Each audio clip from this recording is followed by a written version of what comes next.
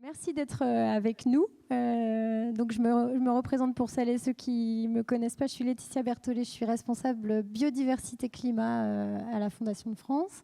Et donc là, on va attaquer un moment de discussion autour des enjeux du vivant. Alors je vais juste, avant d'introduire Olivier et Benoît, vous expliquer un petit peu comment ça va se passer. Donc c'est le principe, je ne sais pas si vous connaissez, du cercle samoin ou du bocal à poissons. Je ne sais pas si vous avez déjà entendu parler. Donc, donc Olivier va nous faire une petite intervention pour expliquer le concept de robustesse. Et ensuite, l'objectif, c'est vraiment de lancer une discussion, de rebondir sur ce que va dire Olivier. Donc, Benoît a accepté très gentiment de prendre la parole en premier pour rebondir sur l'intervention. Et ensuite, donc, vous aurez la parole pour vos réactions, vos questions. Et normalement, le principe du cercle samoin, c'est que quand vous avez quelque chose à dire, quand vous voulez prendre la parole, il faut venir vous asseoir sur la chaise vide. Et donc, les personnes qui...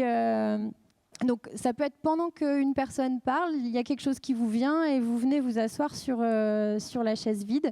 Et quand la personne a terminé de parler, elle quitte la chaise pour laisser une nouvelle chaise vide pour les prochains. Voilà. Est-ce que ça va?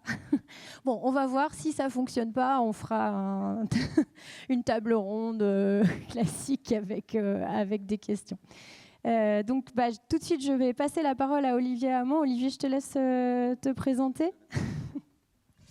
Merci Laetitia, ravi d'être là. Donc moi je suis Olivier Hamon, je suis chercheur biologiste, donc d'où le lien au vivant. Je travaille sur les plantes, donc je serai ravi de voir toutes ces serres autour de nous d'ailleurs. Alors je ne vais pas vous parler de mes travaux de recherche au laboratoire, je vais parler de robustesse parce qu'il y a un lien très fort entre robustesse et vivant et le monde qui vient. Alors peut-être que je peux démarrer juste Pardon, avant de démarrer, on va juste demander à Benoît de se présenter et on aura besoin de quelqu'un qui accepterait de faire le rapporteur de cet atelier. Sachant qu'il y aura 2 questions.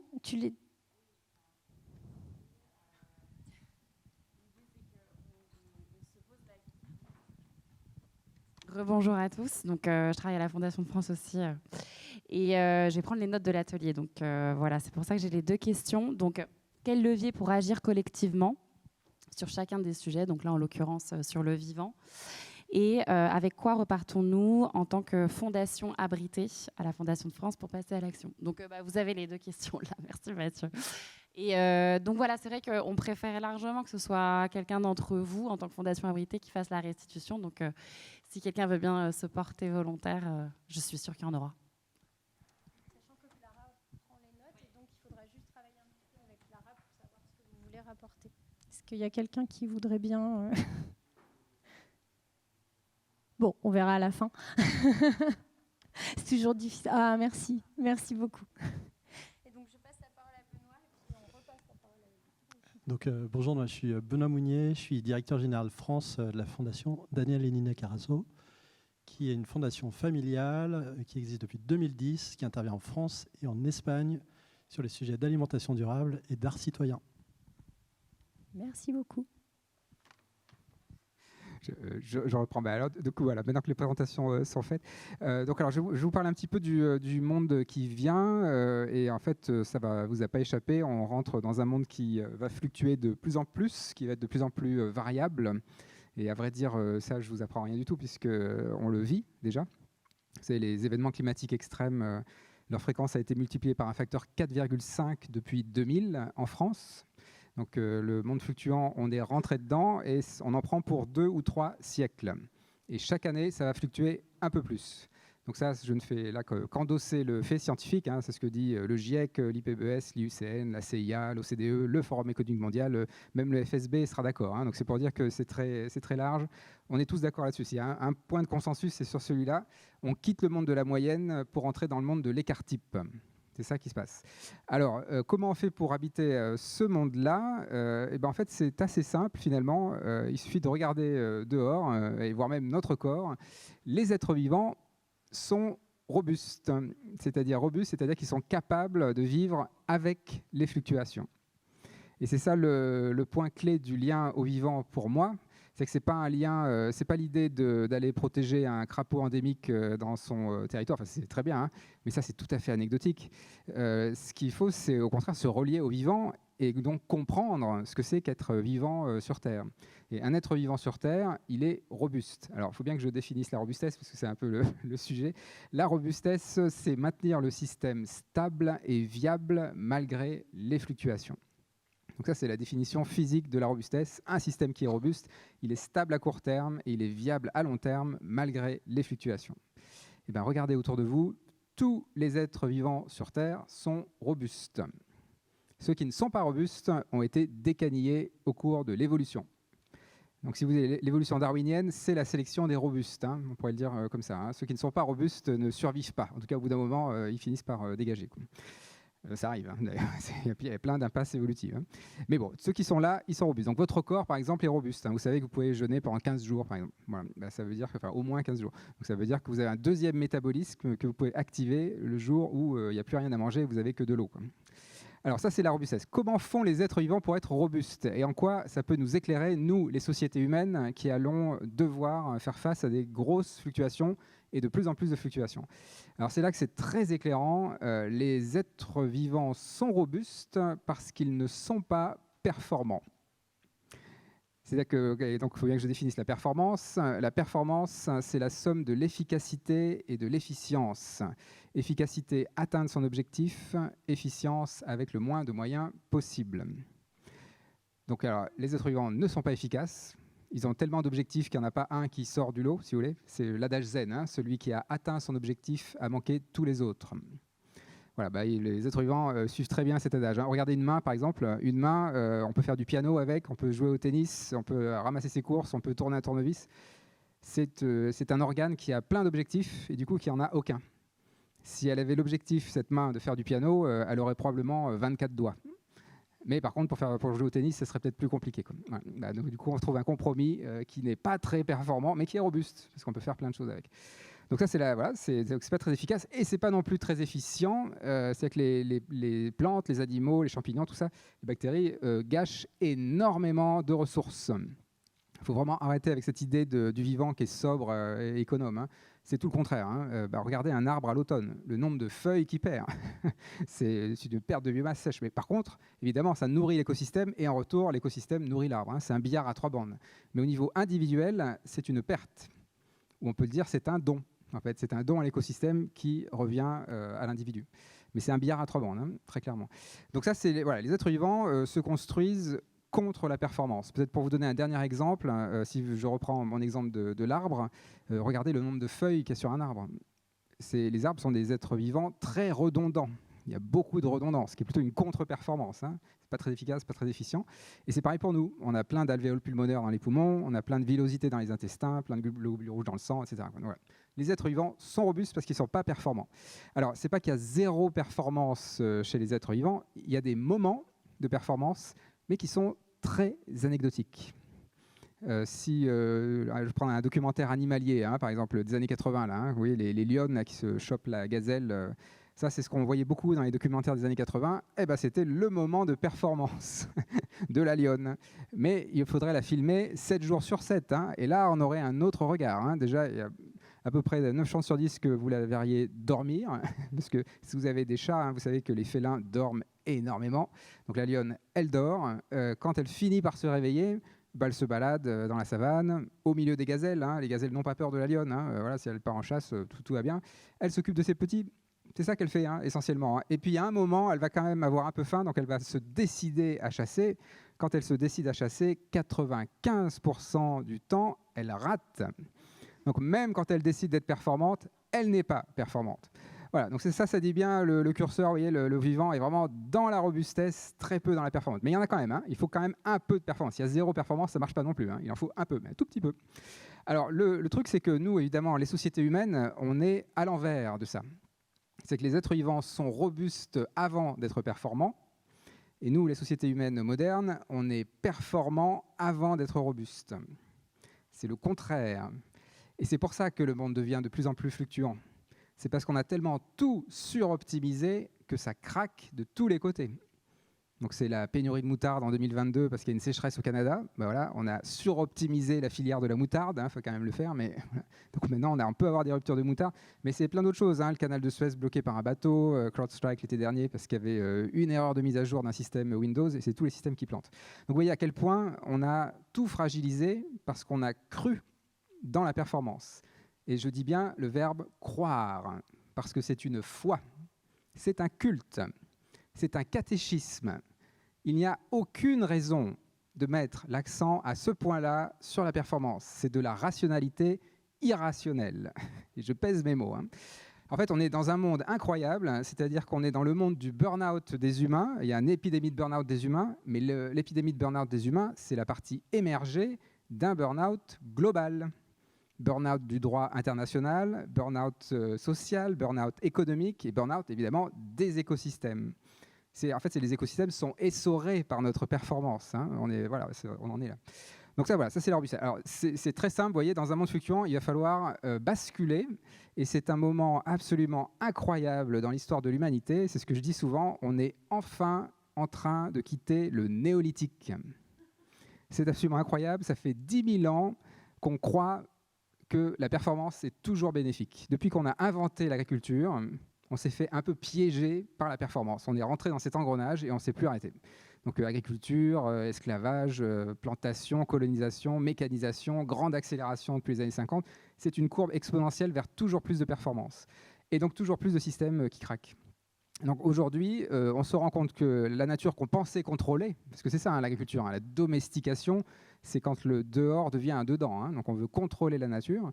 Et ben aujourd'hui, la nature se réveille. Les méga-feux, les méga-inondations et tout ce qui suit, les remous sociaux, les crises géopolitiques. Et donc en fait, aujourd'hui, on est en train de se rendre compte qu'on a perdu le contrôle. Le monde fluctuant qui vient, c'est une perte de contrôle. Et c'est un niveau de variation qui nous dépasse très largement. On ne pourra pas changer le niveau de fluctuation qui vient. Ça nous dépasse totalement. Donc comment on fait pour habiter ce monde-là ? La première chose, c'est de réaliser que nous avons perdu le contrôle et qu'il faudra habiter un monde en ayant perdu le contrôle. Ça, c'est la robustesse. Voilà. Donc, si vous voulez, c'est un peu le jazz, quoi. Voilà, on va être. En fait, c'est pas. Quand je dis le jazz, c'est pour vous dire que c'est pas nécessairement flippant de perdre le contrôle. En fait, quand on inverse, c'est vraiment l'inverse. C'est que c'est le risque. Le risque fait peur quand on a tout contrôlé. Parce que quand on a tout optimisé, le moindre grain de sable, c'est la panique. Parce qu'on ne peut pas se permettre le moindre grain de sable. Donc, le risque fait peur dans le monde de la performance. Dans un monde qui devient fluctuant, où on fait beaucoup de robustesse, on a réenchanté le risque.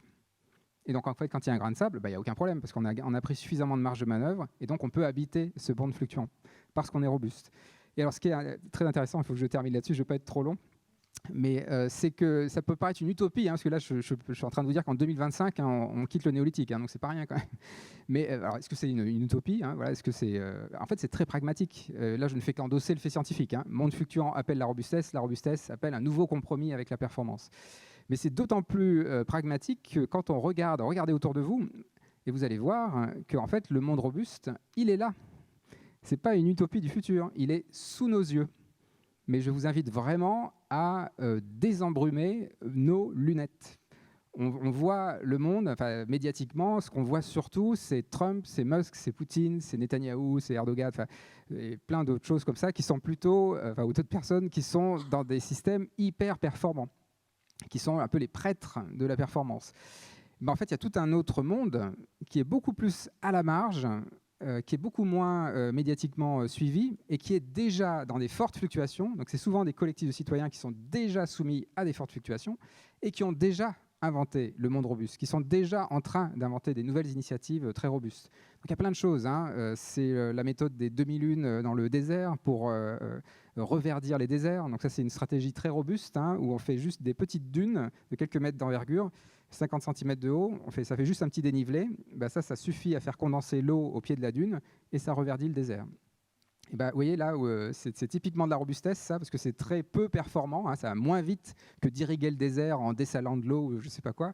Mais évidemment que c'est beaucoup moins fragile, parce que ça marche tout seul. Il faut tracer la dune quand même. Il y a un peu de travail au départ, mais après, ça vit tout seul. Donc on vit avec les fluctuations. c'est quasiment de la philosophie Tao. Vous savez, nous, quand on est dans la performance, en fait, on utilise de l'énergie pour lutter contre les fluctuations. Donc, on s'épuise. Dans la robustesse, on va utiliser les fluctuations pour nous fournir de l'énergie pour avancer. C'est ce qui s'appelle vivre avec les fluctuations. On va en faire quelque chose de ce monde fluctuant. Et donc ça, c'est le monde robuste. Donc voilà, donc ça c'est Just Dig It, par exemple, voilà, l'initiative là, pour les 2001. Il y a plein d'autres exemples, des territoires qui retracent leurs rivières, qui les ralentissent, qui reméandrent leurs rivières après des années de remembrement pour ralentir les rivières. Et du coup, ces rivières qui sont plus lentes, quand il pleut beaucoup, elles débordent dans la parcelle, elles n'inondent plus la ville. On a désoptimisé le paysage pour augmenter la robustesse territoriale. C'est l'agroécologie. L'agroécologie, il y a un backlash actuellement sur l'agriculture bio, et d'ailleurs on va peut-être en parler avec Tetra notamment, mais avec l'agroécologie. Mais en fait, si vous regardez en 20 ans, les surfaces agricoles en Europe, chaque année, les surfaces en agroécologie augmentent. Et ça, c'est pas une mode, c'est pas une tendance, c'est qu'il n'y a pas le choix. Dans un monde qui devient de plus en plus fluctuant, si vous êtes un petit paysan avec une petite parcelle, vous ne pouvez plus démarrer en agriculture intensive. C'est trop cher, c'est trop risqué. Et donc, on va vers l'agroécologie. Et ça, on va y aller de plus en plus. Plus il y aura de fluctuations, et c'est ça qui va rester, évidemment. Mais il y a plein de choses. Le tour réparable. Le tour réparable, il y a 20 ans, c'était un atelier de réparation de vélos en ville. Aujourd'hui, il n'y a plus une seule entreprise qui ne se pose pas la question de la réparabilité de ses produits.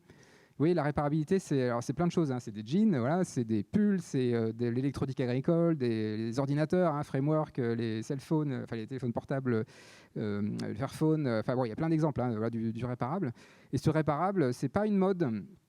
C'est une réponse opérationnelle au monde fluctuant. C'est pas de la vertu sociale, c'est pas de la vertu écologique, c'est du pragmatisme économique. Dans un monde qui devient de plus en plus fluctuant, la Chine peut envahir Taïwan la semaine prochaine. Ça, c'est pas du tout exclu.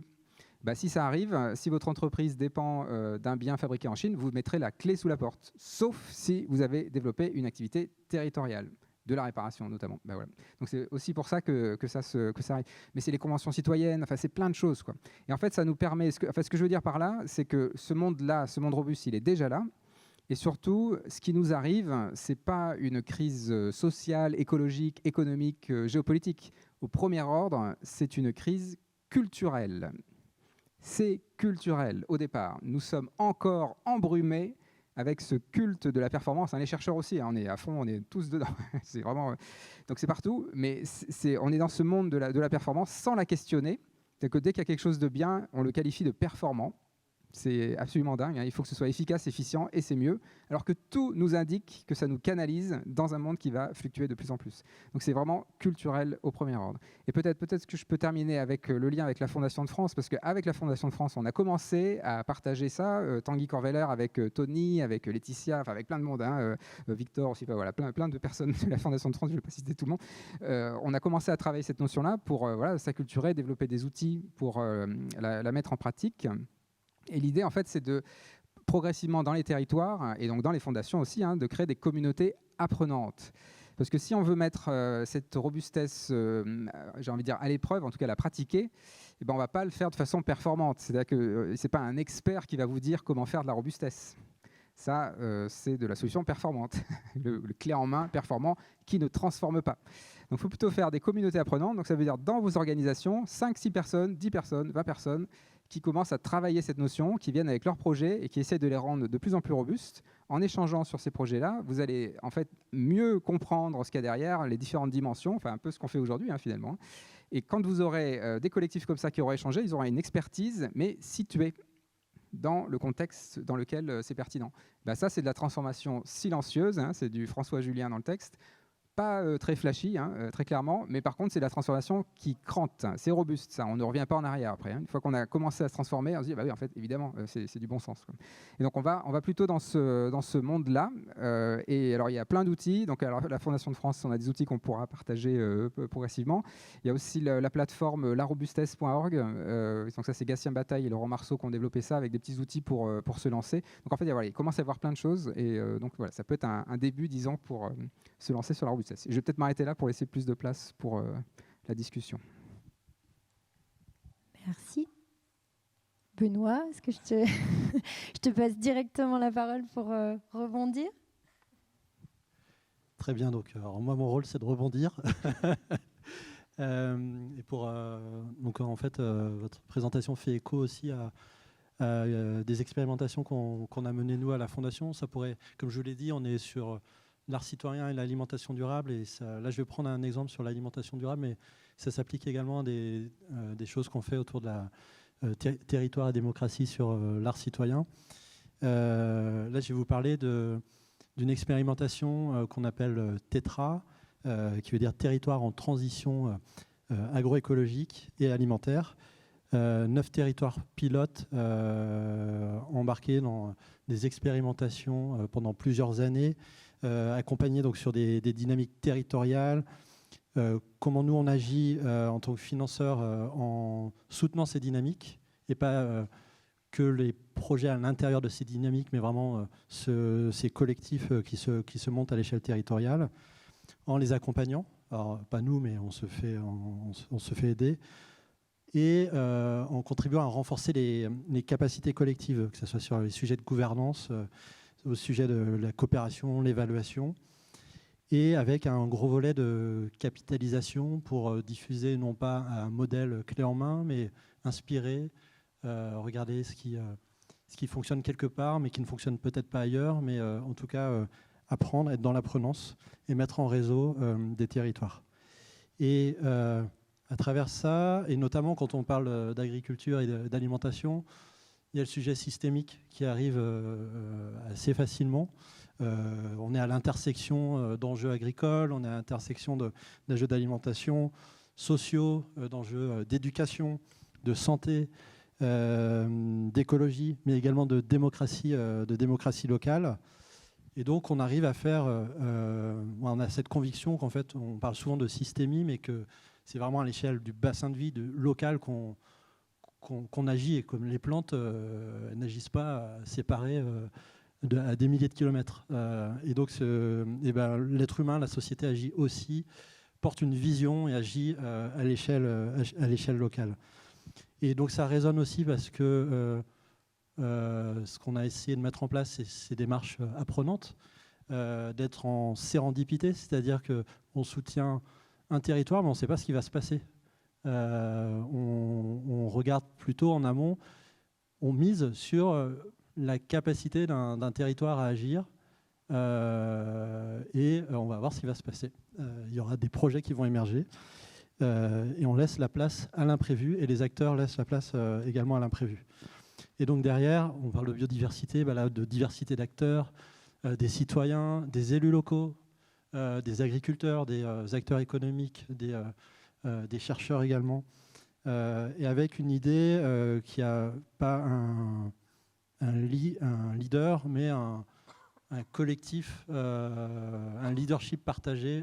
Alors, évidemment, il y a souvent quand même un acteur un peu clé qui va jouer un rôle de catalyseur, mais néanmoins avec un partage du leadership. Et donc, dans ce cadre-là, on va, comme je disais tout à l'heure, on va aussi miser donc sur cette coopération et pas exclusivement sur les projets qui vont émerger de cette coopération. En tout cas, c'est le pari qu'on fait. Et donc, ça veut dire qu'ensuite, dans notre manière de faire, c'est d'aider, moins d'être dans de la cogestion aussi de fonds territoriaux pour que les acteurs aussi puissent flécher des financements sur ce qui va advenir au fil du temps. Et alors, si je prends des exemples concrets, quand on parle de démarche territoriale, je vais prendre l'exemple de Grande-Synthe, donc à côté de Boulogne. Ces dynamiques ont fait émerger une micro-ferme urbaine participative. On fait émerger des jardins communaux solidaires pour permettre à chacun d'avoir son carré au pied d'immeuble pour pouvoir développer aussi de la biodiversité à son échelle et se réapproprier la question de l'alimentation. C'est aussi à Grande-Synthe l'émergence d'une maison de l'alimentation où il y a où les citoyens sont invités à participer à des ateliers culinaires, où il y a également une épicerie solidaire. C'est également des fêtes paysannes qui sont organisées. Et ce sont aussi des terrains qui sont réappropriés par des maraîchers bio, même qui s'inscrivent plutôt en permaculture, dans un territoire qui historiquement faisait du maraîchage, mais qui ensuite a bifurqué vers les aciéries, qui sont en train de le fermer en ce moment. Et donc ça, c'est l'histoire de Grande-Synthe. Grande-Synthe, donc c'est plutôt une histoire autour de l'éducation populaire, mais on a d'autres territoires qui vont aborder les choses différemment, qui vont prendre le sujet plutôt de l'agriculture, qui vont s'intéresser aux filières locales. Et c'est ça qui est intéressant, c'est l'histoire, la culture territoriale, ce sont des terreaux différents, et il faut l'accepter en tant que... Et donc on a des projets qui sont des dynamiques qui sont vraiment différentes d'un territoire à l'autre. Et peut-être pour faire un retour, parce qu'une fois qu'on a dit ça, tout est beau, peut-être partager les limites quand on se l'approprie en tant qu'acteur philanthropique. Les limites et difficultés, c'est que l'apprenance, organiser l'apprenance et la coopération, on peut aller très vite dans des coûts d'ingénierie très forts, au détriment du financement de projets concrets, comme j'ai pu l'expliquer. Et donc, peut-être point de vigilance, trouvons le bon curseur pour ne pas faire des usines à gaz pour capitaliser et puis pour tout évaluer. Et en même temps, je suis convaincu que c'est important, parce que sur les plantes, il y a plein de microcapteurs, ils se parlent, et nous, l'être humain, on a un peu plus de mal, il faut se connecter entre nous aussi, mais voilà, il y a un enjeu quand même de pouvoir se situer dans ce qu'on développe, et également un enjeu à miser, ce que personne aujourd'hui, les acteurs philanthropiques ou même la puissance publique ne veut pas financer, c'est le rôle de catalyseur territorial, l'acteur qui va mettre tout le monde en musique, qui va créer des dynamiques qui vont dépasser, qui vont faire émerger des choses qu'on ne sait pas. Et moi, je pense qu'on a une vraie opportunité à imaginer, dans les prochaines années, si on doit miser sur le développement, dans le développement de la philanthropie, je pense qu'on doit miser sur la relation entre le territoire et la philanthropie en France est assez nationale, et c'est difficile de pouvoir à grande échelle lancer des dynamiques de ce type-là quand on est un acteur national. Et je pense qu'on a des enjeux à connecter ces dynamiques territoriales et des acteurs nationaux, et à miser aussi sur nous en tant que la plupart, je ne sais pas pour vous, mais fondation nationale, de miser sur cette catalyse territoriale qui a priori n'apporte rien, mais qui fait du lien et qui fait émerger des belles choses qui pourront être peut-être soutenues par des fondations territoriales. Et donc ce sujet-là, je pense qu'on pourrait le partager notamment dans le collectif, je fais de la pub pour la Fondation de France, mais dans le collectif d'action territoire, qui à mon sens devrait adresser en priorité ce sujet. Voilà ce que je vais vous partager. Merci. Je vais juste rebondir, moi aussi. Je rebondis sur le rebond. En effet, sur le rôle de la philanthropie dans ce moment très particulier. On est dans un moment de basculement, on est en train de changer de monde, mais complètement. C'est que tout s'inverse. Ça tire de tous les côtés parce qu'on est en train de totalement changer de monde. Et donc, il faut bien réaliser que quand on est au cœur du système, on sera les derniers à changer. Donc, les très grandes entreprises, des très grands États seront les derniers à changer parce que c'est normal, ils sont moins exposés aux fluctuations du monde. Ceux qui sont les premiers à basculer, ce sont les plus périphériques, les collectifs de citoyens qui sont déjà exposés aux fluctuations du monde. Donc ça veut dire que l'État ne va pas nous aider à catalyser le basculement. Actuellement, c'est plutôt un frein. On le voit bien dernièrement, le backlash écologique, il y a eu pas mal de retours.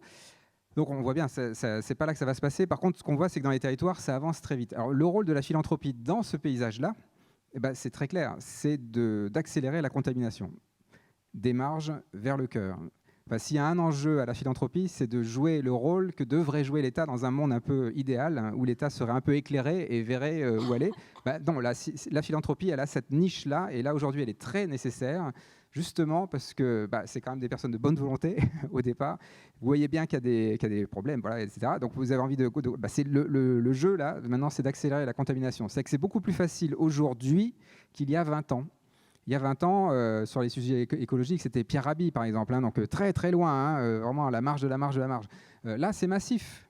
Enfin, si je vais juste prendre un exemple, hein, l'Université de la Terre, il y a 20 ans, c'était des zadistes sous un chapiteau. Aujourd'hui, 20 ans plus tard, l'Université de la Terre, ça se passe à l'UNESCO dans le 7e arrondissement de Paris. Il y a 10 000 personnes et la moitié, c'est des grandes entreprises. C'est ça, hein, la marge qui s'épaissit. Hein. Donc on est dans ce moment où ça va aller de plus en plus vite. Plus il y aura de crise, plus il y aura de fluctuations, plus ça va contaminer, parce que c'est évidemment les entreprises, les collectifs, les associations robustes qui vont rester. Et donc là, le jeu de la philanthropie, c'est pas de se tromper, c'est de surtout pas garder l'ancien système qui est obsolète, qui est zombie, qui est déjà mort en fait. Hein. On fait de l'acharnement thérapeutique là actuellement. C'est plutôt de mettre son énergie dans les marges contaminantes. C'est beaucoup plus joyeux. Parce que c'est en général les collectifs qui sont déjà dans le monde d'après, donc qui sont quand même avec des perspectives, qui ont compris cette histoire de compromis performance-robustesse et qui sont prêts à contaminer. Donc non seulement vous soutenez un projet local, territorial, mais ce projet territorial fait école et donc transforme d'autres territoires. C'est que ce n'est pas juste le répliquer, c'est juste se dire « Ah, bah là, il y a une preuve de principe, on peut le faire. » Donc on le fera différemment dans un autre territoire, mais maintenant c'est la norme. Et donc, il y en a plein comme ça. Hein, juste pour vous donner l'idée, hein, vous donner le goût de ce que c'est qu'un basculement. Un basculement, c'est ni un effondrement, ni une transition, c'est un basculement. Un basculement, on l'a tous vécu, on a vécu des tas de basculements dans nos vies. Hein. Je vais vous en donner un exemple, c'est la loi qui a interdit de fumer dans les restaurants. Jusqu'à ce que la loi passe, tout le monde pensait que les restaurants allaient fermer, que ce serait la guerre civile, qu'il y aurait le tourisme français allait disparaître, etc. La loi est passée, un mois après, plus personne pensait fumer dans les restaurants. Ça, c'est un basculement. C'est la même chose avec les ceintures dans les voitures, etc. Il y en a plein, plein, plein. Et là, on ne se rend pas compte. Là, aujourd'hui, on fait plein de choses qui appartiennent encore au monde d'avant. Dans 5 ans, dans 10 ans, dans 20 ans, on se regardera, nous, et on dira, mais qu'est-ce qu'on faisait à l'époque ? Parce qu'on aura basculé. Et donc, quand on est déjà dans le basculement, dans le monde d'après, évidemment que c'est plus joyeux. Voilà, je vais m'arrêter là. Du coup, je ne sais pas si... Bon, personne n'est venu s'asseoir sur la chaise, mais vous n'avez pas dû oser. Oui. Merci, Anne. Et donc, n'hésitez pas... J'avais juste une réflexion pour Olivier. Vous avez parlé de robustesse, de contrôle, de monde fluctuant, et jamais d'adaptabilité ou d'adaptation. C'est volontaire, c'est... Oui, alors en effet, c'est deux beaux mots, hein, adaptation, adaptabilité. Alors je vais vous le dire de façon un peu brutale, dans un monde fluctuant, il ne faut surtout pas s'adapter. Parce que si on s'adapte, ça veut dire qu'on va investir beaucoup de temps, beaucoup d'argent, beaucoup d'énergie pour aller dans une autre voie. Si le monde change tout le temps, cette autre voie, c'est encore un canal. C'est un autre canal, mais c'est un autre canal. Dans un monde qui change tout le temps, vous êtes encore enfermé dans un canal. Donc, dans un monde fluctuant, il faut être adaptable. Donc, c'est ça, c'est l'adaptabilité. Dans un monde fluctuant, ça veut dire qu'on va avoir des fils qui dépassent. Donc, on a un projet, un plan A, un plan B, un plan C, un plan D. Voilà, il y a c'est un peu le couteau suisse. On est adaptable. C'est comme une cellule souche en biologie. Voilà, une cellule souche, elle peut faire à peu près tous les tissus. C'est un peu la même chose. Elle est adaptable. Ça, c'est une garantie de robustesse. La main est un organe adaptable. Ce n'est pas un organe adapté. Et donc, la survie, Darwin, hein, si vous lisez l'origine des espèces, hein, surtout la première édition, avant qu'il se fasse un peu contaminer par les autres, Spencer et compagnie, la première édition de l'origine des espèces, c'est la survie des plus adaptables, si vraiment on lit tout le texte. Ce n'est pas la survie des plus adaptés. Voilà. Peut-être tant que j'y suis sur la sémantique, j'ai pas prononcé le mot résilience. Peut-être que je vais tout de suite déminer le sujet. Donc la résilience, alors ça vient de résiliere en latin, rebondir. Et donc quand on est résilient, après un traumatisme, on tombe et on est capable de se relever. Donc évidemment que tout le monde qui a subi un traumatisme veut être résilient, on a envie de rebondir. Le seul truc, c'est que la promesse de la résilience, c'est de revenir à l'état initial. C'est même en physique, hein, on déforme un matériau au-delà de la fenêtre d'élasticité et ça revient à l'état initial. Sauf que vous savez très bien qu'après un traumatisme, on ne revient jamais à l'état initial. C'est une illusion, c'est un fantasme. Hein. Donc évidemment ça va nous suivre toute notre vie. On vivra avec ce traumatisme, mais différemment. On peut vivre très bien, mais c'est juste que ce sera différent. Alors la résilience, donc c'est déjà, il y a un petit problème dans le mot rebond. Au départ, la résilience, c'était l'écho, c'était le son qui rebondissait. Au XVIIe siècle, c'est la première fois qu'on entend parler, c'est de l'écho. Donc là, c'est vraiment du rebond au sens pur du terme. Voilà, donc ça c'est la résilience. On tombe et on se relève. Alors la robustesse, ça n'a rien à voir. C'est pas une trajectoire où on tombe et on se relève, c'est un espace. C'est-à-dire qu'il y a des bornes. On pousse les bornes pour créer un espace de viabilité. Et donc si on a un espace de viabilité suffisamment grand, alors n'importe quelle trajectoire seront viables, y compris la trajectoire résiliente. C'est que si on est très robuste, si on tombe, oui, on est sûr de se relever. La résilience ne sera pas fatale. Le problème de mettre la résilience d'abord, c'est par exemple la politique nationale de la résilience au Japon, après Fukushima, c'est une phrase, pour ne pas avoir peur des radiations, il faut s'exposer.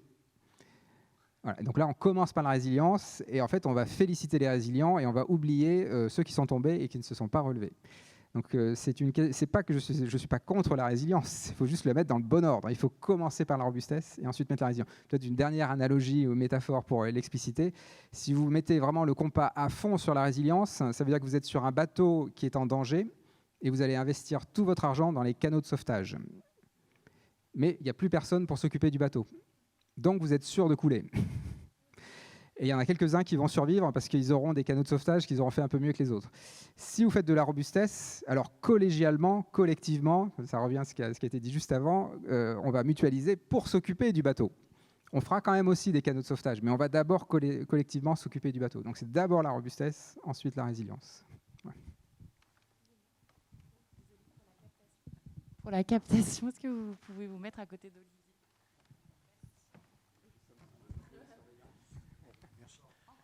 Ah, encore plus. Pas de souci, je suis pas timide.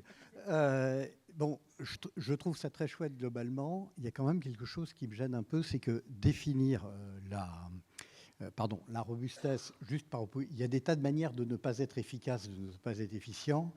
Et la robustesse du vivant, elle est souvent au niveau du système, au dépend des individus. Je veux dire, la ruche est robuste au niveau des abeilles qui individuellement peuvent crever.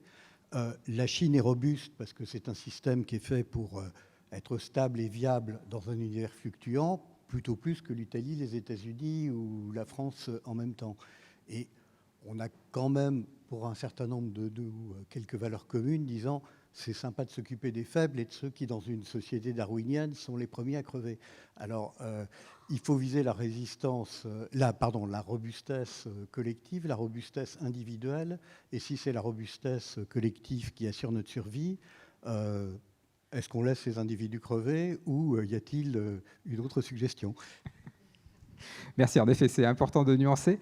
Donc la robustesse, en effet, se comprend d'un point de vue systémique. Donc c'est très souvent collectif. Mais le collectif est lui-même très pluriel. C'est qu'en fait, la robustesse ne marche que si elle est interne et externe. Donc vous pouvez considérer que votre première robustesse, c'est votre écologie intime. Votre santé, quand on prend soin de sa santé, on prend soin de sa robustesse. Mais on prend soin de sa robustesse pour être au service de la robustesse de ses proches. Et la robustesse des proches, c'est au service de la robustesse du collectif, qui est au service de la robustesse du territoire, qui est au service de la robustesse des autres territoires. Donc en fait, ça veut juste dire qu'on met le filet de sécurité ailleurs. Dans un monde stable et abondant en ressources, on peut se permettre d'être performant au niveau individuel, parce que si on se plante, le filet de sécurité, c'est l'abondance des ressources dans le milieu extérieur. C'est le parasite. En biologie, un parasite, il va être très performant individuellement, mais vu qu'il y a plein de ressources à l'extérieur, c'est pas grave. Parce qu'il va pomper, et puis même s'il y a une chute, à la limite, il va se transformer en spore, et puis il va attendre qu'il y ait de nouveau plein de ressources. Donc ça marche très bien.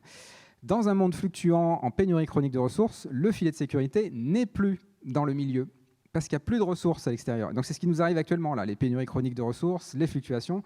Donc on n'a plus ce filet de sécurité. Donc le filet de sécurité, ce n'est plus l'abondance matérielle, c'est l'abondance des interactions. Et donc cette robustesse, ce que ça fait en fait, c'est que ça fait une forme de double robustesse. Il y a une robustesse individuelle, on prend soin de sa robustesse, donc ça veut dire qu'on met des seuils. On se dit, moi, je ne veux pas travailler 70 heures par semaine, par exemple, parce que je sais que je vais me cramer si je fais ça. Donc je me mets des seuils pour ma santé personnelle, par exemple, ou équilibre vie professionnelle, vie personnelle, enfin bon, il y a plein de façons de le faire. Mais il y a aussi, mes activités doivent nourrir la robustesse du territoire. Et donc, en fait, la robustesse nous invite à nous réapproprier la notion de sécurité. c'est que la sécurité dans le monde de la performance, c'est plutôt quelque chose qui a été capté par l'extrême droite, pour le dire rapidement, avec des barrières, des caméras augmentées, enfin tout le bazar. Et donc là, on est censé se sentir en sécurité, alors qu'en fait, on crée les outils de l'insécurité. Et ça a plutôt tendance à justifier la posture du dictateur bienveillant protecteur. Hein. Et donc plus c'est insécure, plus c'est violent, et plus on a tendance à voter pour le dictateur bienveillant. Et donc ça, c'est le monde de la performance, hein, clairement. C'est très, très performant, mais par contre, c'est très, il y a beaucoup d'insécurité. Si on se réapproprie la notion de sécurité, en fait, la sécurité dans le monde de la robustesse, c'est d'abord la viabilité du territoire. Et donc, quand on parle de sécurité, il faudrait toujours revenir à cette idée-là. Est-ce que ce que je fais est au service de la viabilité du territoire ? Et c'est là qu'on va voir que être membre d'un club de lecture, par exemple, donc c'est encore une activité collective, eh ben, c'est de la robustesse. Parce que si jamais il y a un méga feu dans le voisinage, donc ça n'a rien à voir avec de la lecture, hein, tout ça, mais vu que vous avez des liens sociaux avec des personnes, ils vont peut-être vous appeler, ils vont peut-être venir vous chercher. Et votre grande barrière et votre caméra augmentée, elle ne vous sert absolument à rien quand il y a un méga feu, quoi. Ça, ce n'est pas de la sécurité. Et donc, en fait, mais j'entends, hein, c'est là où s'arrête l'analogie avec le vivant, c'est qu'on n'est pas des fourmis, on n'est pas des abeilles, et donc on ne va pas accepter une forme de sélection de certains au détriment des autres. En fait, c'est même le contraire. Hein. Quand on, alors je peux le dire, en fait, l'équité, par exemple. L'équité, ce qui est vraiment pas la même chose que l'égalité, évidemment. Hein. L'équité, c'est en fait, au lieu de gommer les hétérogénéités, on va construire sur les hétérogénéités, donc toujours pareil, hein, vivre avec les fluctuations, avec les hétérogénéités, pour qu'il y ait une forme de justice sociale, quoi, hein. C'est un peu ça, hein, l'équité, hein, finalement. Et ben ça, c'est souvent aller contre la performance. Parce que peut-être que quelqu'un qui pourrait aller plus vite va être retardé par les autres.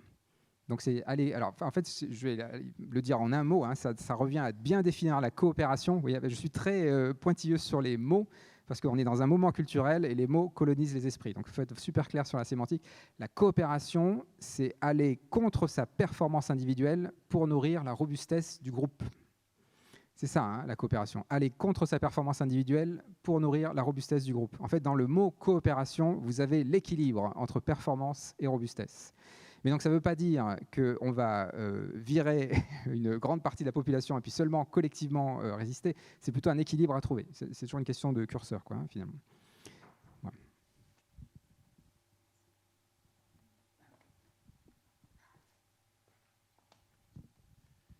Alors... donc, président, oui, Jean-Paul Berthomé, président de la Fondation Mustela, et également chef d'entreprise, puisque j'abrite, outre la Fondation Mustela qui est abritée par la Fondation de France, la Fondation Mustela est abritée par un groupe, donc une ETI familiale que je préside. Donc, quand je vous entends parler effectivement de performance et de robustesse, ça me parle à deux titres. Et je pense d'ailleurs qu'il ne faut pas nécessairement opposer philanthropie et entreprise. Donc déjà,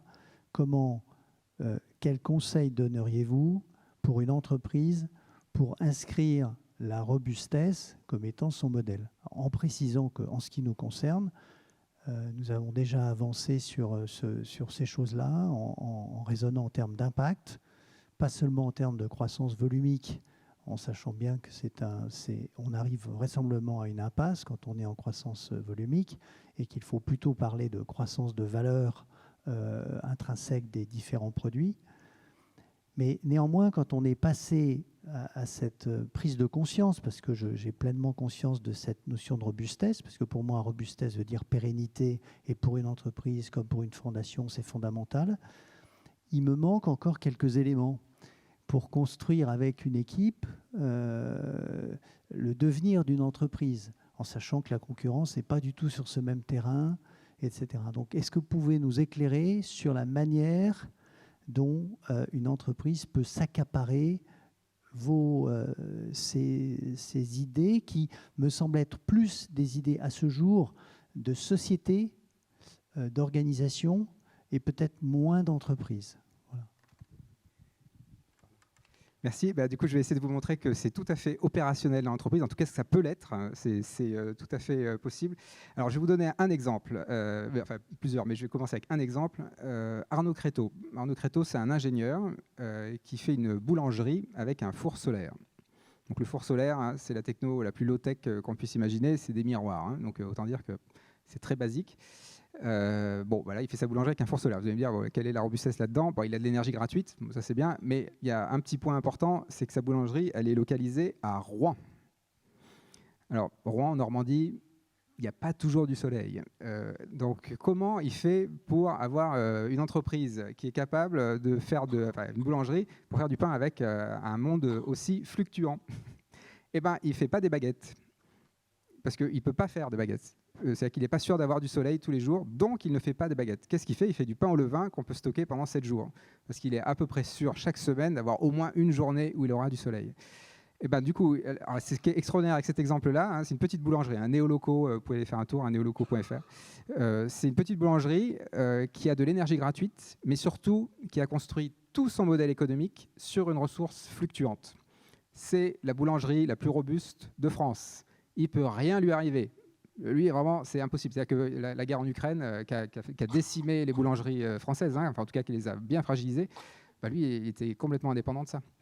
Donc là, il a une forme de robustesse. Et là où ça devient très contaminant, c'est que le même Arnaud Créteau, quand il a bien vu que son système marchait très bien, il a créé une agence qui s'appelle TELED, qui accompagne les entreprises pour qu'elles revoient tout leur modèle économique en regardant dans le tableur Excel ce qui fluctue le plus, et pour construire tout le modèle économique sur ce qui fluctue le plus. Donc ça veut dire d'un point de vue très pratique, hein, je vais être vraiment très pratico-pratique. Dans les entreprises, tout le monde a des tableurs Excel où il y a plein de cases, et ce qu'on met dans les cases, c'est les moyennes, pour avoir des tendances sur l'année. Hein. C'est comme ça qu'on calcule un résultat, qu'on calcule des prédictions, etc. Je vous invite, au lieu de mettre dans les cases Excel les moyennes, mettez les écarts-types. Et quand vous avez les écarts-types, là, vous êtes rentré dans le monde fluctuant et vous allez construire votre modèle économique sur l'écart-type. C'est de nouveau de la philosophie Tao, vivre avec les fluctuations. Et là, vous avez un modèle économique qui sera très robuste parce qu'il est construit sur les fluctuations. Deuxième point, c'est la rentabilité. Donc là, c'est plutôt de la sémantique, mais c'est aussi philosophique, mais c'est aussi opérationnel. Pendant très longtemps, dans les écoles de commerce, dans les écoles de management, on a dit que plus une entreprise était performante et plus elle était rentable. Et ça, c'est vrai seulement si le monde est stable et abondant en ressources. C'est vrai dans le monde de l'abondance du pétrole, hein, pour le dire un peu rapidement. Dans un monde qui devient en pénurie chronique de ressources, qui est instable, qui est fluctuant, la rentabilité d'une entreprise est d'abord corrélée à sa robustesse. Parce que les entreprises très performantes sont très spécialisées, très canalisées. Le jour où le monde change, elles se plantent. On est en train de basculer du too big to fail au too big not to fail. C'est ça qui se passe. C'est vraiment une inversion totale. Et donc, si je le dis différemment, une grosse boîte très performante va se planter et va libérer le marché pour les entreprises qui restent, qui sont robustes. Donc la rentabilité, ce sera du côté des entreprises robustes. Et peut-être un dernier point, et ça va rejoindre ce qu'a dit Benoît sur un peu la philosophie, mais c'est aussi, là aussi très opérationnel. Une entreprise qui est soumise à des règlements, à des normes, qui est souvent de la performance administrative, hein, c'est de l'empilement de couches et qui au bout d'un moment s'auto-justifie, et puis après on ne sait plus très bien pourquoi on le fait finalement. Donc ça c'est de la performance, hein, de nouveau. Le millefeuille, hein, c'est souvent de la performance avec des effets rebonds dans tous les sens. Donc c'est le règlement d'abord, et puis les entreprises ont quand même envie d'avoir une belle étiquette, donc elles vont mettre une raison d'être, mais qui est souvent secondaire, qui est un peu social, écolo, mais c'est un peu du marketing, je le dis rapidement. Hein. Dans le monde de la robustesse, la raison d'être vient en premier. C'est l'entreprise à mission. L'entreprise à mission, la raison d'être vient en premier. Et donc la raison d'être, c'est 5 ou 6 principes. Très simple. C'est comme ça hein, qu'on fait de la simplification. Hein. Ce n'est pas en optimisant, hein. C'est en partant de la raison d'être. 5 ou 6 principes, ça veut dire que toutes les personnes de l'entreprise sont capables de les réciter parce que c'est très simple à retenir. Et ça, en fait, c'est ce qui fait qu'on est dans cette boîte-là. On s'aligne avec la raison d'être. Et ensuite, quand il s'agit de le décliner dans les équipes, dans les chaînes de montage ou je ne sais pas où, en fait, tout ce qu'on doit imaginer, les initiatives qu'on prend, doivent émarger à la raison d'être. Donc la raison d'être, en étant assez imprécise, très sous-optimale, donc pas très performante, autorise une forme de subsidiarité, parce que les marges d'interprétation sont larges. Et c'est seulement à ce moment-là qu'on va mobiliser le règlement, les normes, etc. Mais ça vient après. D'abord la raison d'être. C'était juste pour compléter, enfin, il y a un point qui me vient à l'esprit, c'est le sujet de l'autonomie aussi, peut-être pour une entreprise, de devenir autonome en eau, par exemple, en énergie. Ça revient un petit peu à l'exemple qu'on vous parliez sur la boulangerie. Et ça, c'est un axe que bon nombre d'entreprises peut essayer de mener. Et puis, un autre sujet qui sont les conditionnements plastiques, la circularité des éléments. Est-ce que là-dessus, vous pensez que c'est une forme de robustesse aussi ? Alors, en effet, donc, alors, il y a plein de choses. Hein. Donc, sur l'autonomie, il faut que je me souvienne de la circularité. Donc, l'autonomie, en effet, de façon très pratico-pratique, hein, comment je fais que mon entreprise soit plus robuste et qu'elle soigne son autonomie ? L'outil, c'est la cartographie. Vous prenez votre entreprise et vous cartographiez d'où viennent toutes les ressources, d'où vient l'électricité, d'où vient l'eau, d'où viennent les fournitures. Si vous faites une recherche sur Google, s'il y a un data center qui tourne, où est placé ce data center? S'il est aux États-Unis, par exemple, là, vous n'êtes plus très autonome, etc. Donc vous faites toute la carte là, et vous allez tout de suite voir les points de fragilité. Et les points de fragilité, c'est les endroits où il n'y a pas de redondance. Donc ce qu'on fait pour être plus autonome, en fait, c'est que ces points où il n'y a pas de redondance, il y a des doublons, et que les doublons soient dans le territoire. Et si vous voulez faire vraiment 5 étoiles, cette redondance, elle est produite par la biodiversité cultivée sur votre foncier. Alors là, c'est 5 étoiles. Hein. Bon, c'est Pocheco, hein, pour donner un exemple de boîte qui fait ça. Pocheco, à Lille, boîte qui fait des enveloppes à Lille. C'est une boîte qui a décidé d'utiliser la biodiversité cultivée, biodiversité de son foncier. Ils font des enveloppes, hein, c'est pas des agriculteurs, hein, ils font des enveloppes. Mais ils ont utilisé les plantes de leur foncier pour participer à l'activité économique de l'entreprise et qui en fait ajoutent d'autres services. Donc par exemple, ils ont des plantes qui dépolluent les effluents des machines. Donc évidemment qu'ils choisissent des machines qui sont capables de travailler avec des effluents qui peuvent être dépollués par des plantes, avec des pigments naturels, etc. Enfin, il faut tout repenser, hein, évidemment. Hein. Mais cette biomasse-là fait qu'à la sortie du foncier, c'est de l'eau qui va directement dans la rivière. Et dans l'entreprise, il n'y a plus d'espace S2 avec des masques, des produits chimiques et tout ça. Tout ça, ça a dégagé. Donc qualité du travail, etc. Et en plus, vu que c'est des plantes qui poussent, ça produit de la biomasse. Cette biomasse, ça fait une deuxième source d'énergie. Donc, ouais, c'est tout, et ça c'est le lien au vivant. Vous voyez, c'est du contrat naturel de Michel Serres. Hein. Là, je viens avec ma casquette d'Institut Michel Serres. Le contrat naturel de Michel Serres, c'est vraiment ça. Hein. C'est dire que nous, les humains, on interagit les uns avec les autres. Et très souvent, on pense échange de biens et de services, loi de l'offre et la demande. Alors, la loi de l'offre et la demande, en fait, elle n'a aucun sens parce qu'elle fait l'hypothèse que la nature est gratuite et illimitée. La vraie loi, hein, c'est la loi des besoins et des ressources. Ce n'est pas offre et demande, hein, c'est besoin et ressources. Et quand on pense besoin et ressources, c'est un ménage à trois, où c'est des humains qui s'échangent des biens et des services, et il y a un troisième partenaire, qui est la nature, pour toutes nos interactions, absolument. Même si vous êtes un avocat perdu en ville, vos clients, ils s'alimentent. Hein, voilà, donc il y a un lien à la nature, voilà, typiquement. Bon, ça c'est pour le lien au territoire, la biodiversité, mais aussi sur la circularité, les conditionnements. Alors en fait, il y a plein là aussi, hein, on voit aux marges se développer plein de choses. Donc, peut-être je peux citer Oé. Oé, c'est un vigneron à Lyon qui fait du vin, donc un vigneron qui évidemment fait de l'agroécologie. En fait, il le dit comme ça, François-Xavier, il dit en fait, on fait tout ce que les vignerons devraient faire mais n'osent pas faire. Et donc, en fait, ils ont osé désobéir au dogme, au culte de la performance, quoi. Donc, ils font du vin en agroécologie avec tout le bazar agroécologique habituel pour la vigne. Mais en plus, ça a été les premiers à faire du vin avec des bouteilles consignées. Ou disons à refaire du vin avec des bouteilles consignées. Donc ils ont tout en bouteilles consignées. Alors ça demande beaucoup de travail en amont, hein, parce qu'il faut tout revoir la logistique, il faut faire des bouteilles plus grosses, hein, finalement, qui ont des formes de bouteilles de Bordeaux, des bouteilles voilà, c'est tout un truc. Les caisses n'ont pas la même taille, etc. Donc c'est tout un truc. Mais par contre, ils ont intégré le conditionnement dans leur activité. Ça, c'est une forme d'autonomie aussi, et de circularité, et donc de robustesse. Parce que là, en fait, ils ont toute la chaîne avec eux, quoi. Et alors, ce qui est aussi génial dans cette histoire-là, c'est qu'ils ont édité un livre blanc. C'est que c'est très, très, très fréquent, d'ailleurs, dans les entreprises qui sont avisées robustes comme ça, c'est qu'elles partagent intégralement leur modèle. Parce que leur but, c'est plus du tout d'être dans la compétition, dans la concurrence, c'est dans la coopération. Donc, en fait, ils partagent tout parce que leur but, c'est de contaminer et que ça devienne le modèle. Parce que plus il y aura de coopérateurs et plus il y aura d'entraide et plus ça sera bon pour le business, entre guillemets. Oui, en fait, on est en train de sortir de la concurrence libre et non faussée. Pour ça, c'est extraordinaire, quoi.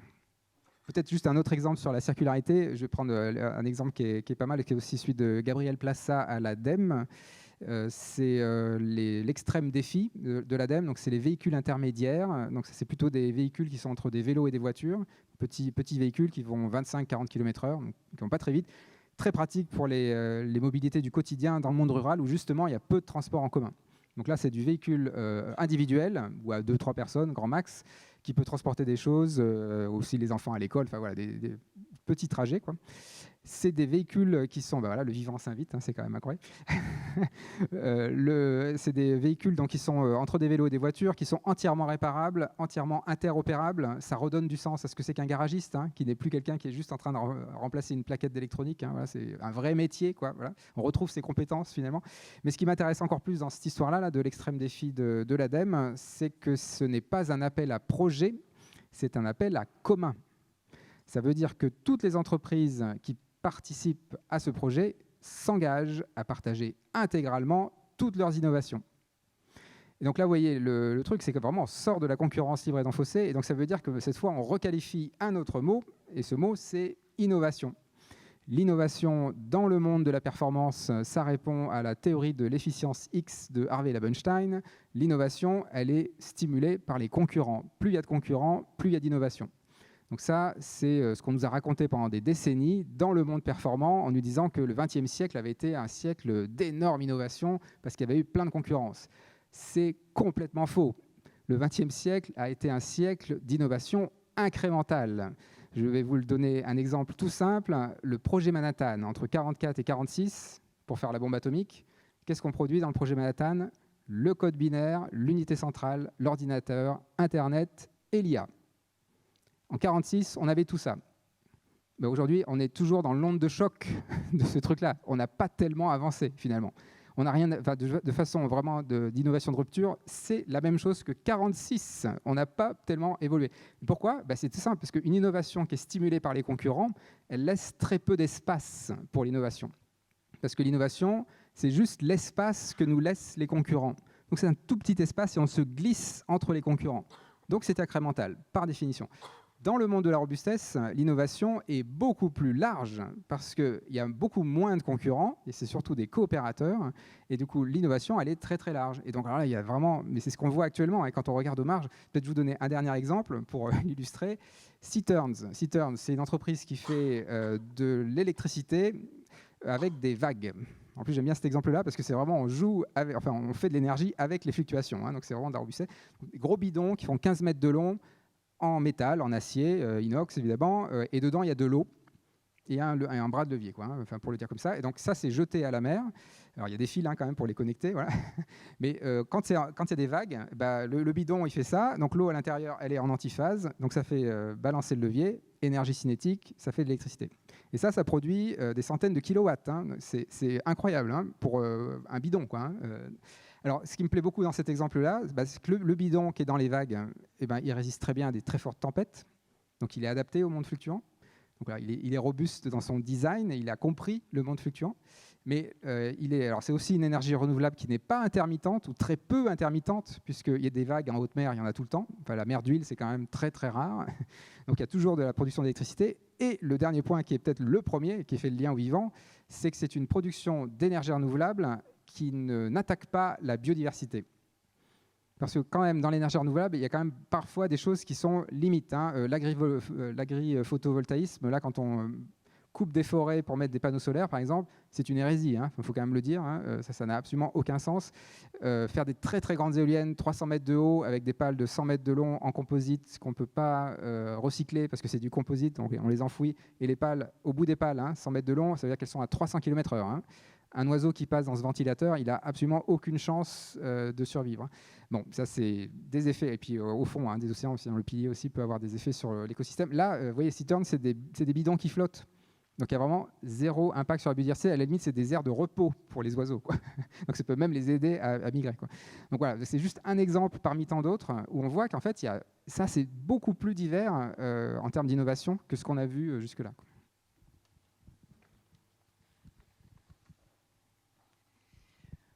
Moi, je voulais revenir sur Brigitte Lieberman, Le Rocher Bleu, Fondation Le Rocher Bleu. Je voulais revenir sur l'idée du point de basculement que vous avez évoqué en disant qu'effectivement, on commence à voir se développer des modèles de robustesse, en tout cas des essais au niveau territorial, local, mais ça reste encore plein de petites choses, etc. Comment on peut faire pour accélérer et faire remonter ça au niveau national, alors entreprises et nous, philanthropes, comment on peut faire? Est-ce qu'il y a des outils qui permettraient de faire remonter et de faire en sorte que ça bascule? Parce que pour le moment, ça ne bascule pas. Alors là, on peut mobiliser Saul Alinsky. Saul Alinsky, c'est un activiste américain, plutôt années 30, années 60. C'est quelqu'un qui a beaucoup travaillé après la Grande Dépression et les mouvements civiques américains. Et il dit plusieurs choses assez intéressantes, parce que en fait, quand on fait de la lutte sociale, quelque part, on veut que ça bascule. Et donc, ces méthodes de lutte sociale, c'est vrai pour n'importe quel moment de basculement. Hein. C'est pertinent pour tous ces moments-là. Alors, il dit plusieurs choses. La première chose, c'est que ça ne sert à rien ou pas à grand-chose de lutter contre le cœur du système. C'est qu'en fait, si on est frontal, si par exemple, je vais raconter mes histoires de robustesse à Trump, ça ne sert à rien. À la limite, je vais juste le conforter dans son délire. Hein. Donc, en fait, on perd notre temps tous les deux. Lui, à la limite, ça va le conforter. Voilà. Donc, on perd son temps. Voilà. Ça ne marche pas. Donc, en fait, ce qui est plus intéressant, donc c'est ce que dit Saul Alinsky, donc c'est vraiment ce qu'il dit dans le texte, hein, il faut confronter son adversaire à son propre évangile. Alors, vous allez me dire qu'entre le culte et l'évangile, là, je file le champ sémantique de la religion, mais confronter son adversaire à son propre évangile, ça veut dire plutôt que d'aller expliquer à son adversaire qu'il a tort, plutôt l'écouter et l'inviter à développer sa logique jusqu'au bout, pour qu'il explicite vraiment le fond de sa logique. Si ce n'est pas viable, ça va finir par se voir. Et donc ça va finir par... alors soit la personne va s'en rendre compte et du coup va peut-être commencer à s'ouvrir à d'autres choses, soit c'est fait en public et ceux qui suivaient cette personne-là vont bien se rendre compte que les gens ne sont pas idiots, quoi. Ils voient bien qu'à un moment, si ce n'est pas viable, ça finit par se voir. Donc en fait c'est beaucoup plus joyeux parce que ça veut dire qu'au lieu d'être dans la confrontation, on est dans l'écoute. On est vraiment dans l'écoute. On essaie de comprendre la logique de l'autre. Ça, c'est la méthode des désaccords féconds de Patrick Vivray. Hein. C'est que quand il y a les désaccords féconds, c'est vraiment bien définir les termes et surtout expliciter les logiques. Et donc accepter qu'il y a plusieurs vérités sur la table. Alors ça demande aussi de bien définir ce que c'est que la vérité. La vérité, c'est ce qu'on vit. C'est tout. Donc quelqu'un qui pense que la Terre est plate, c'est sa vérité. Eh ben, il y a plusieurs vérités. Et donc c'est ça le désaccord fécond ou le dialogue avec l'adversaire. Il faut expliciter ces vérités. En fait, ça veut dire qu'il y a une différence entre vérité et exactitude. L'exactitude, ça serait une vérité du point de vue du dieu de Leibniz, quoi. Voilà, une vérité absolue que personne ne peut avoir. Hein. Avec la recherche, avec la science, on essaie de s'en approcher, mais on ne fait que s'en approcher. Personne ne sait où est l'exactitude. Donc il y a une différence entre vérité et exactitude. Voilà. Donc, je vais revenir plutôt au côté plus pratique. Donc voilà, confronter son adversaire à son propre évangile. Donc ça, c'est une première façon en fait, de révéler les failles d'une logique qui n'est pas viable. Et donc si possible en public, ça permet aussi de catalyser. L'autre chose qui est, en fait, et vous en parliez juste avant que j'arrive, là, ça va sur la séquence précédente, c'est de multiplier les fronts ou de multiplier les alliances. Donc, je vais vous donner un exemple. Si vous êtes un prof du secondaire et vous voulez, je sais pas moi, lutter contre une nouvelle loi dans l'éducation nationale et que vous agrégez encore plus de professeurs du secondaire, ça ne va pas changer grand-chose parce que vous ferez masse, mais ce sera que des professeurs du secondaire. Si par contre vous faites des alliances avec des éboueurs, avec des chercheurs, avec des anthropologues, avec des chefs d'entreprise, avec j'en sais rien, moi, des douaniers, voilà, et ben là il y a des chances que ça bascule vraiment, parce que vous avez multiplié les fronts, vous avez multiplié les alliances, et ça fait basculer le système. Donc en fait, ce que je vous invite à faire, hein, c'est ce qui a été dit tout à l'heure, la mutualisation.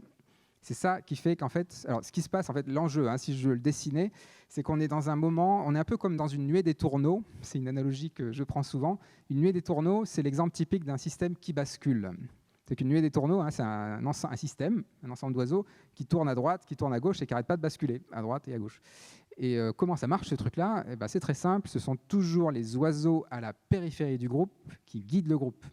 Parce que les oiseaux à la périphérie du groupe, ce sont les premiers qui sont exposés aux fluctuations du monde.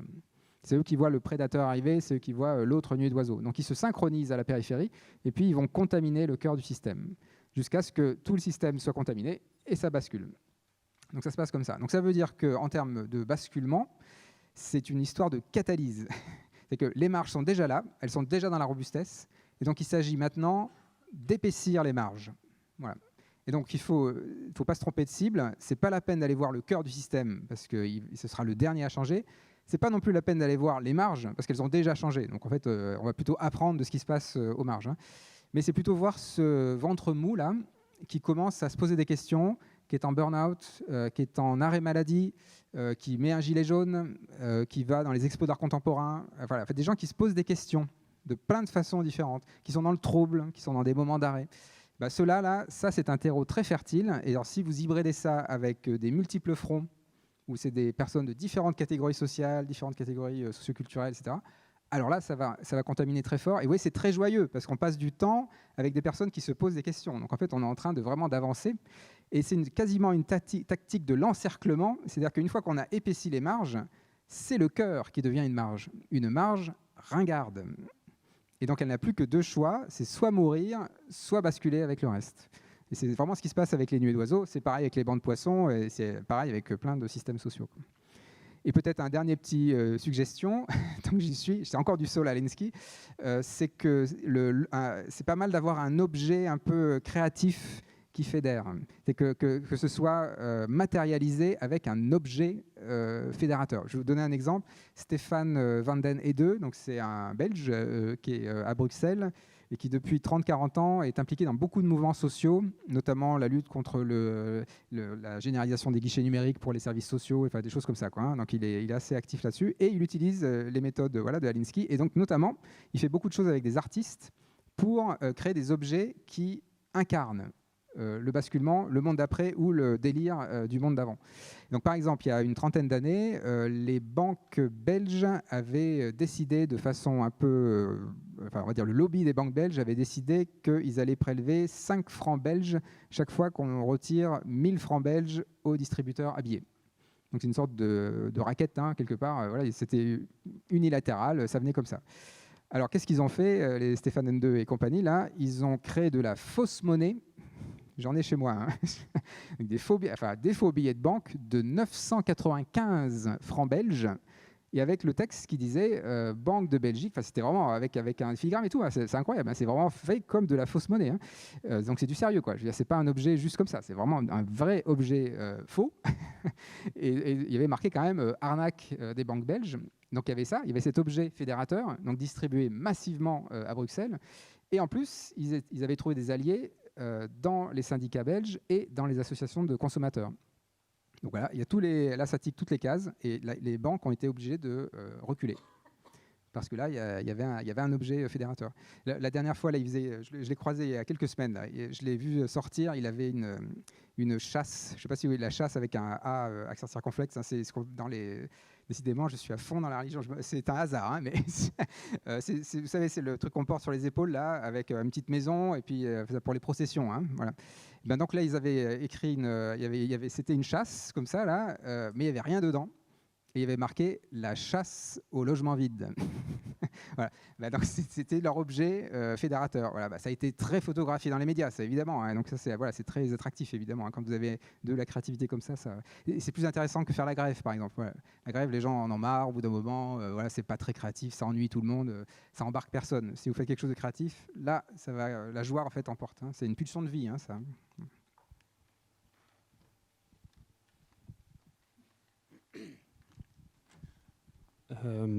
Alexandre, Fondation Yggdrasil. Comme on parle de la société, je voudrais voir avec vous aussi le côté... J'avais une question. Comment on peut imaginer une démocratie robuste si notre système électoral est basé sur la performance électorale d'un ou d'une individu, dont l'OS, enfin son système de pensée est comme principalement basé sur la performance. Et du coup, comme je reprends un peu, s'appuyer sur le vivant, on a parlé un peu tout à l'heure des abeilles, moi qui connais un petit peu comment ça fonctionne, à quel point on peut vraiment se baser sur le vivant pour repenser une démocratie qui serait une réelle démocratie robuste? Alors, très grande question. Alors, je vais rebondir sur les abeilles parce que c'est pratique, l'abeille. Parce que très souvent, on dit que c'est un insecte social, l'abeille, comme les fourmis, comme les termites, etc. Alors, en fait, il faut nuancer. Parce qu'une ruche, c'est quand même un clone. Hein. C'est par parthénogenèse, donc c'est des individus pas identiques, mais quand même qui ont la même base génétique. Et donc, on peut voir la ruche comme un organisme social qui est un peu dans la dérive sectaire. C'est qu'en fait, c'est que une ruche, finalement, c'est des abeilles qui font toutes la même chose, qui se connaissent toutes parce qu'elles sont toutes identiques. C'est vraiment que des sœurs jumelles, on peut le dire comme ça, quoi. Mais c'est pire qu'une sœur jumelle. Hein. C'est vraiment des clones vraiment exacts. Voilà, toutes nées en même temps, etc. Bon, enfin bref, je ne vais pas trop faire d'analogie parce que c'est dangereux. Mais non, elles sont très nombreuses et elles font toutes la même chose. Alors par contre, il y a des aspects de coopération dans une ruche. C'est par exemple en hiver, quand elles font de la thermorégulation sociale. Là, c'est des abeilles qui vont bouger beaucoup pour chauffer la ruche et elles prennent à tour de rôle. Donc, c'est-à-dire qu'elles s'exposent au froid, mais à tour de rôle pour que toute la ruche survive. Donc ça, c'est de la société. Là, c'est plutôt robuste. Là, c'est au service de la robustesse, quoi. Mais du coup, voilà, c'est là où le côté, le vrai insecte social, hein, c'est la mouche du vinaigre. Parce que la mouche du vinaigre, elle est toute seule, mais finalement, elle interagit avec beaucoup de mouches qui sont différentes génétiquement, et elle trouve des chemins, et elle vit, etc., quoi. Voilà, enfin, juste pour... voilà. Mais alors, par contre, sur la démocratie, alors il y a plein de choses à dire. C'est vrai que là, nous, actuellement, on est dans une démocratie qui est en train de s'hybrider avec le culte de la performance. On parle d'efficacité politique du matin au soir. Qu'est-ce que ça produit, ça ? Typiquement, alors nous, en France, on est bien équipés là-dessus. On a le 49.3 en France. Le 49.3, c'est un outil pour être plus performant, qui permet de zapper le Parlement. Donc, c'est un héritage de la République de Weimar. Hein. C'était l'article 38.2. Pour la République de Weimar, c'était pareil, hein, c'était une façon de zapper le Parlement. Bon, on a vu ce que ça pouvait donner en Allemagne, la République de Weimar, donc on voit bien que la performance, ça peut être compliqué, hein, les check and balances, ils ont un rôle quand même. Donc en fait, ça veut dire, alors, voilà, donc le 49.3, ça permet d'aller plus vite. Et donc là, mais c'est l'exemple caricatural, c'est-à-dire que la réforme des retraites, on l'a votée, enfin donc on ne l'a pas votée, elle est passée par 49.3. 7 ans après, on est encore en train d'en discuter. Donc ce n'était pas robuste. Alors, le contre-exemple de ça, c'est la Convention citoyenne pour le climat. Convention citoyenne pour le climat, vous prenez 150 personnes tirées au sort, donc aléatoires. Ça, c'est pas de la performance. Dedans, il y a des climato-sceptiques, donc il y a même des incohérences dans le résultat, et très hétérogènes, etc. Donc vous avez 150 citoyens, ça prend beaucoup de temps, ça prend des mois pour le processus, mais à la fin, ça produit 149 propositions qui sont votées à 96% par les 150 personnes. Et alors, ça c'est puissant, hein, c'est vraiment très puissant, c'est très transformateur. Bon, par contre, évidemment, vu qu'on est dans une culture de la performance, le pouvoir est revenu et on n'a appliqué que 20% de ces propositions. Mais là, vous voyez que c'est très robuste, alors c'est presque la robustesse à l'envers, c'est que la Convention citoyenne pour le climat, on en parle encore des 80% qui n'ont pas été votés. J'en parlais encore avec Pierre Laroutureau, enfin, il y en a plein qui veulent remettre le truc sur le tapis, parce que c'est un vrai geste, on a cranté avec cette convention. Le monde entier nous envie, hein, ce truc-là quand même. Hein. C'est un vrai, ça a été un levier, hein, quand même. C'était un peu inspiré du G1000 belge, hein, donc ça vient aussi d'ailleurs, hein, mais là en tout cas on l'a bien valorisé. Et donc c'est un peu ça, j'ai envie de dire, pour la démocratie robuste, c'est une démocratie qui est beaucoup plus collégiale, évidemment, mais où on a appris à travailler de façon collégiale.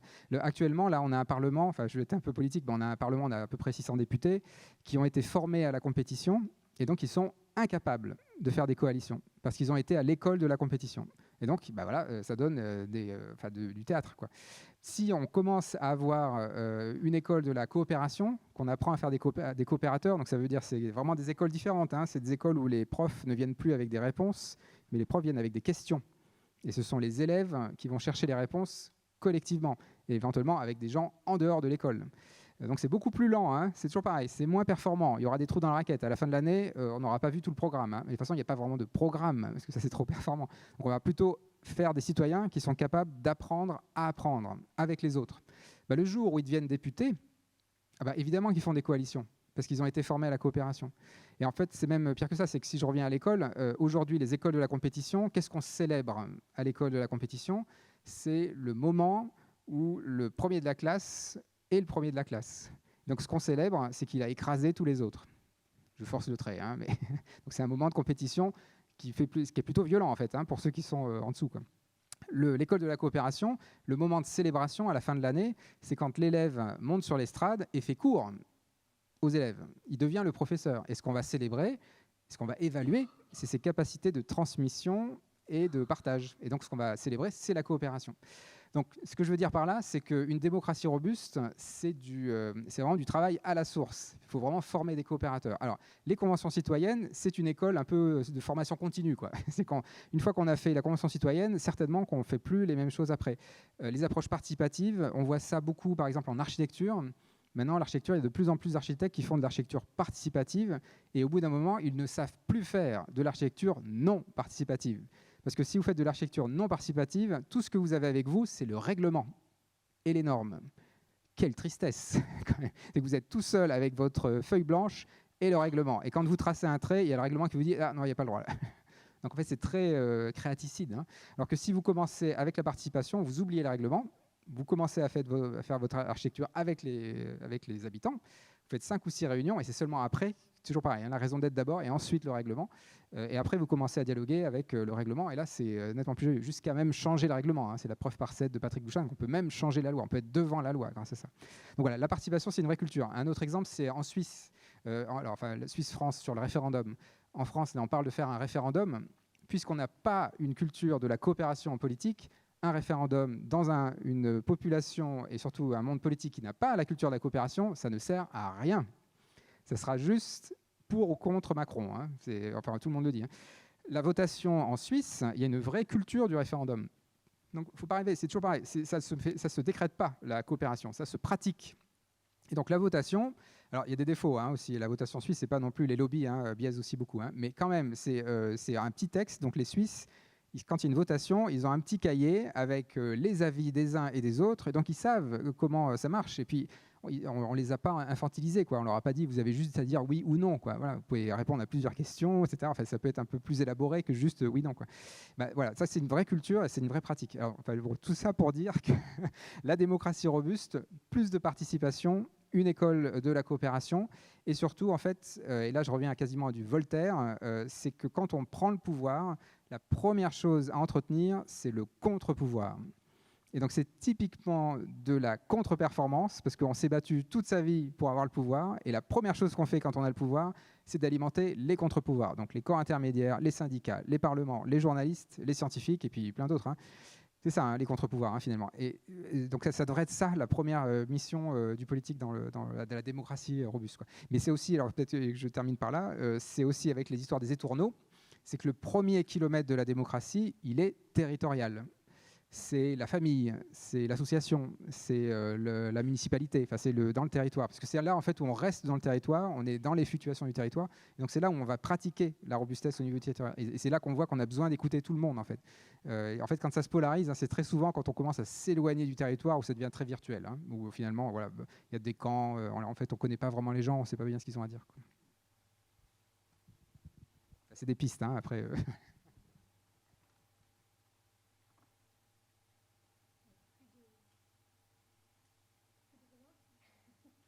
On a encore du temps, hein. Il nous reste 20 minutes. Je ne sais pas si... Oui, tu as raison. Merci Clara. Est-ce que certains ou certaines d'entre vous veulent peut-être réagir sur la première question? Quel levier, d'après ce qu'on vient de discuter, pour agir collectivement? Est-ce que vous voyez des choses qui ressortent de nos discussions?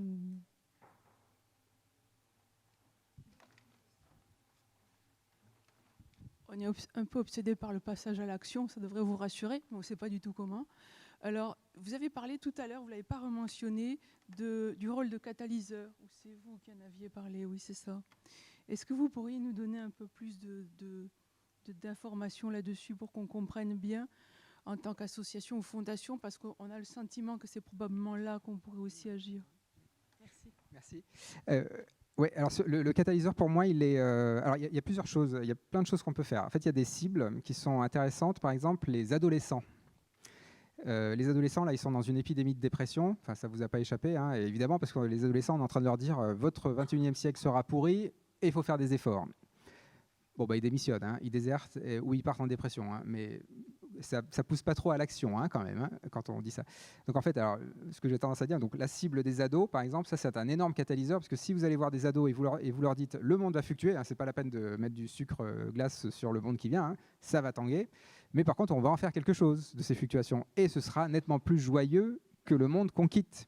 Parce que le monde déprimant, c'est le monde d'avant. C'est le monde de l'autoroute. On va très vite à destination et on rencontre personne.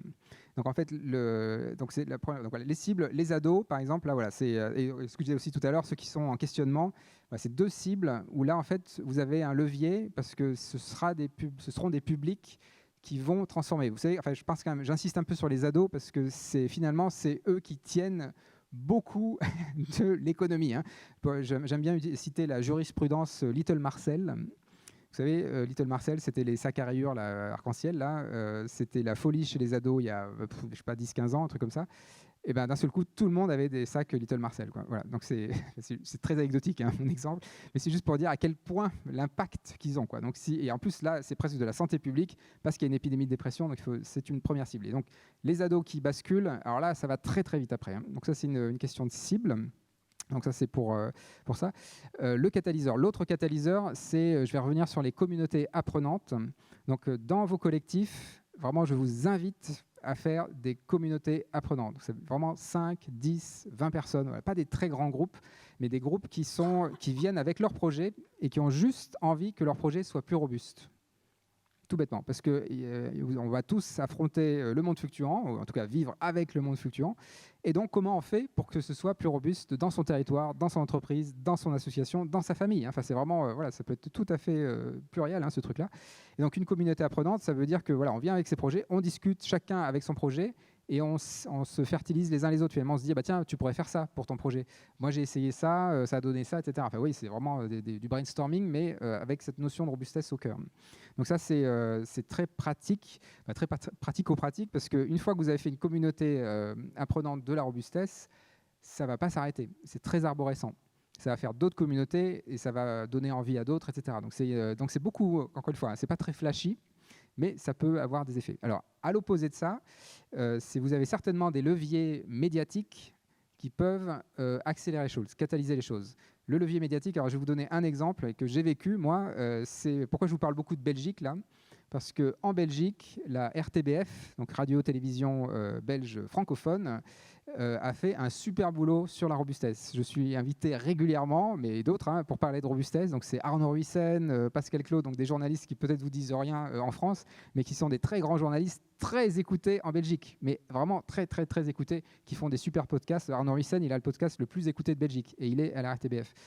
Et ben, il a fait une super émission il y a 2 ans sur la robustesse, où il a vraiment retrituré tout ce que je racontais, mais il l'a vraiment fait à sa sauce, quoi. C'est vraiment lui qui a fait le travail, quoi. Et ben maintenant, quand je vais en Belgique, mais tout le monde me parle de cette émission.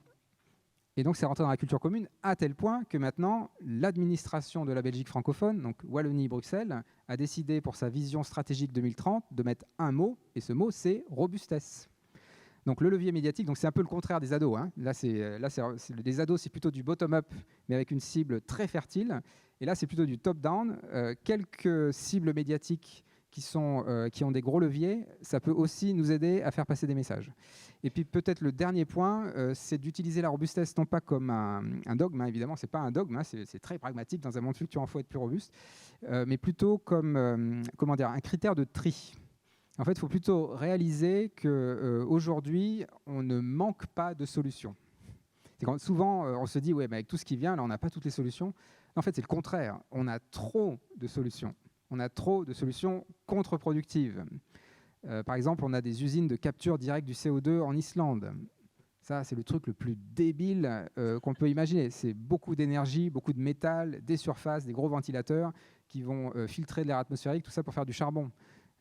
Il faudrait en construire 1 million pour que c'est un effet significatif. Et surtout, ça permet à d'autres entreprises d'acheter des crédits carbone pour continuer à polluer. Donc c'est une opération financière. Hein. Et donc ça il est label vert, hein, parce que ça stocke du carbone. Oui, donc ça c'est une solution contre-productive. Donc voilà, le critère de robustesse, c'est le critère de tri.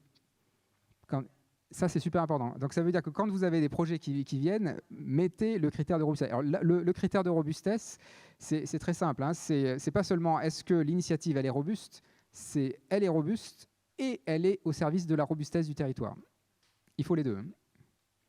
Et alors, peut-être pour aller jusqu'au bout du truc, si c'est un ayatollah de la robustesse, ça ne marche pas non plus.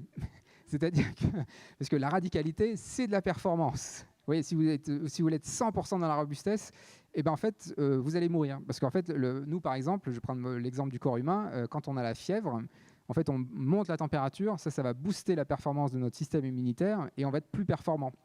Enfin, notre métabolisme va être plus performant à 40 degrés parce qu'on aura boosté notre système immunitaire. Et c'est ça qui va nous permettre de passer des infections, de la grippe, du Covid ou je ne sais pas quoi. Si on n'avait pas accès à ce levier de performance transitoire, on ne serait plus là pour en parler. Hein. Donc si on était 100% dans la robustesse, donc tout le temps à 37 degrés, hein, dans le mode dégradé, hein, parce qu'on pourrait appeler ça le mode dégradé, 37 degrés, donc pas très performant mais robuste, eh ben, ça ne marcherait pas parce que de temps en temps, quand il y a vraiment une très grosse fluctuation, il faut autoriser la performance. Et donc, vous voyez, donc ça veut dire que le critère de tri, ce n'est pas juste 100% robustesse, plus c'est robuste, mieux c'est une organisation qui a vraiment pris soin de mettre le curseur très loin dans la robustesse, mais qui n'exclut pas la performance. C'est là où c'est subtil, hein, et donc ça dépend beaucoup de... Voilà. Mais ça veut quand même dire, là pour le coup, on a beaucoup de chemin. Hein. On est tellement allé à fond dans la performance que n'importe quelle entreprise, association qui va un peu plus dans la robustesse, ça sera déjà plus près du curseur qu'il faut. Quoi. Mais en tout cas, le critère de tri, ça peut être un bon catalyseur. Quoi. Je ne sais pas si j'ai... Mais voilà, ça peut être déjà quelques pistes. Là. Oui. Raluca Grisan, Fondation Citrus. Je viens du monde de l'immobilier. Alors, dans le terme même, il y a toutes les bonnes raisons pour résister et ne pas basculer.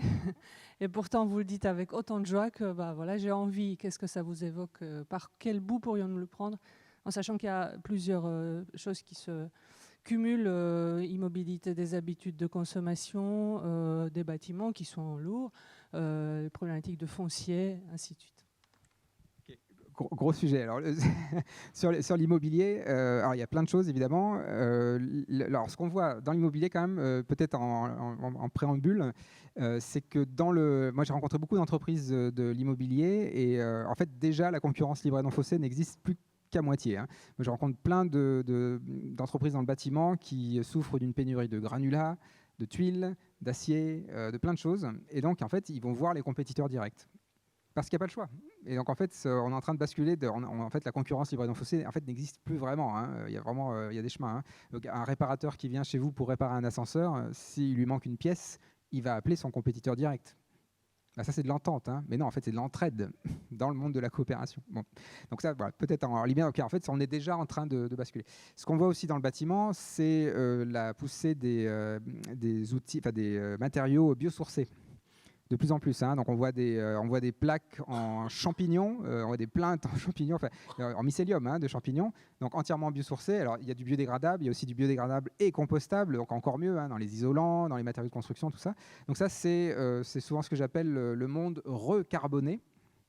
Alors, sans vouloir jouer sur les mots, mais là aussi décarboner l'économie, c'est un problème parce que décarboner l'économie, quand on réfléchit bien, là on est sur un atelier sur le vivant.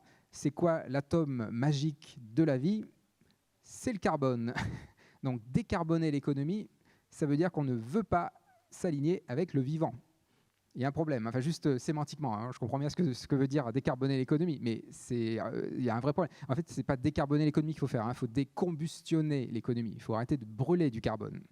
Ça serait le bon verbe, hein, ça décombustionner l'économie. Donc arrêter de brûler du bois, du charbon, du pétrole, des biocarburants, tout ça, il faut réduire drastiquement. Par contre, il faut recarboner l'économie. Tout à l'heure, on parlait d'économie circulaire, et donc dans le bâtiment, l'économie circulaire, c'est un bâtiment qui est compostable et qui va pas forcément durer très longtemps. Enfin, il peut durer longtemps, mais pas, voilà, c'est pas ad vitam aeternam. Hein. Enfin, c'est un peu le temple en bois, voilà, très bien quoi.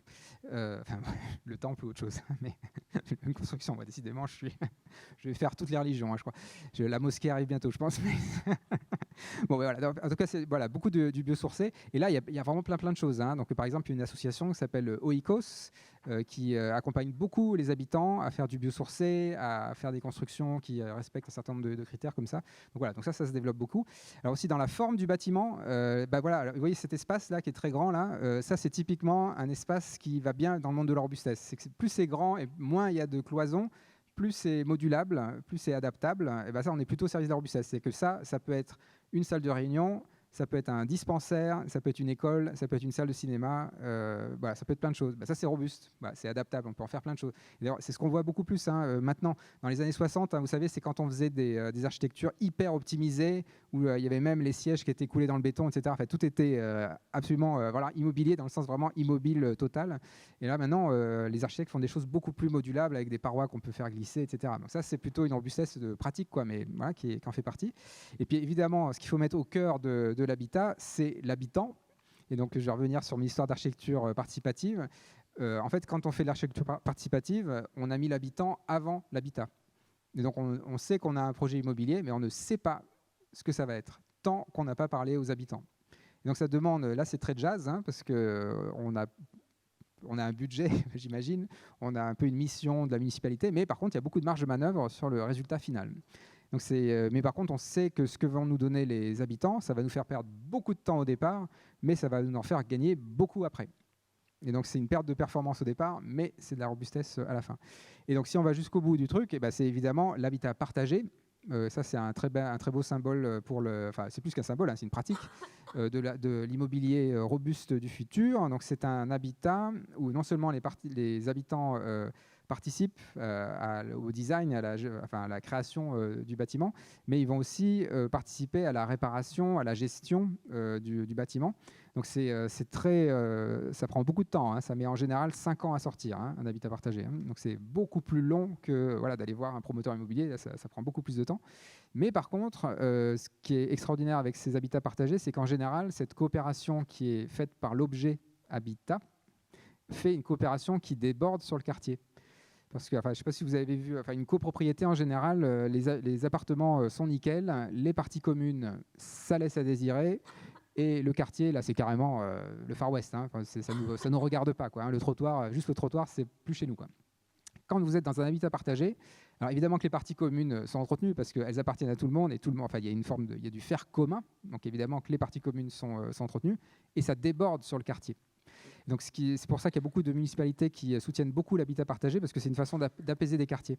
Donc, notamment parce qu'il y a un potager partagé, mais c'est aussi parce qu'il y a une école à côté, etc. Enfin, du coup, il y a du lien social qui fait que ça apaise le quartier. Donc l'habitat partagé fait de la coopération qui transpire, j'ai envie de dire. Et donc ça pourrait être aussi l'immobilier. Il y a certainement plein d'autres exemples comme ça, hein, mais voilà.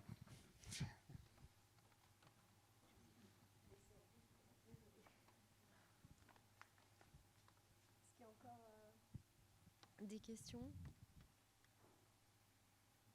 Plus de questions? Ah, Vincent, mais oui.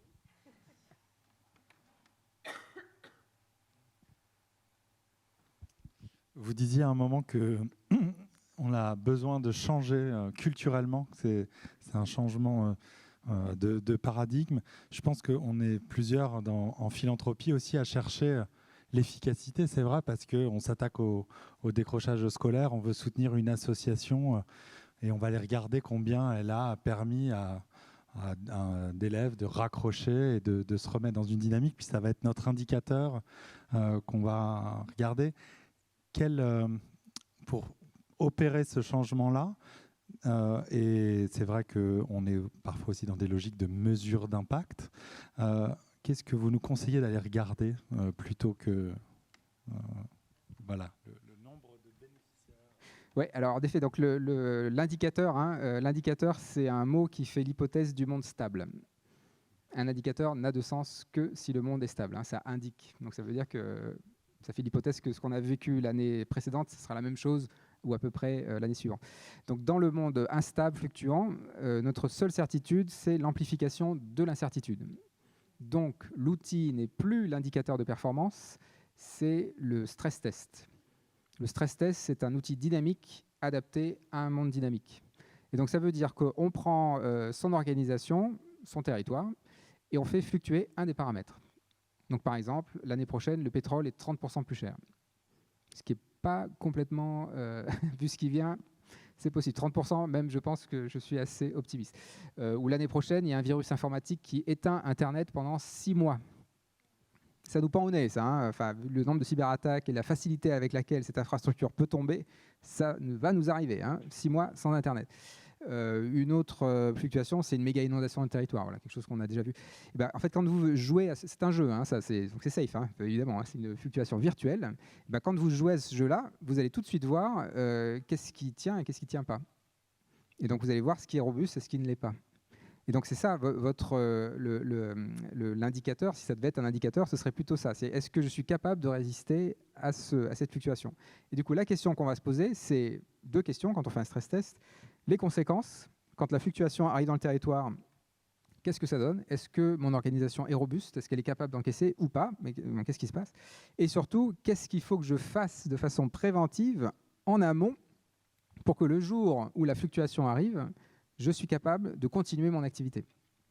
Et donc, en fait, si je prends l'exemple d'une école, par exemple, où donc on va être content parce qu'on aura rescolarisé des enfants, super, hein, mais si c'est une école qui, alors il faudrait que je prenne un exemple, mais qui va dépendre très très fortement de quelques profs qui sont tous très dépendants de, je sais pas, de leur véhicule et le pétrole devient très cher, ils vont plus venir dans l'école, c'est pas robuste.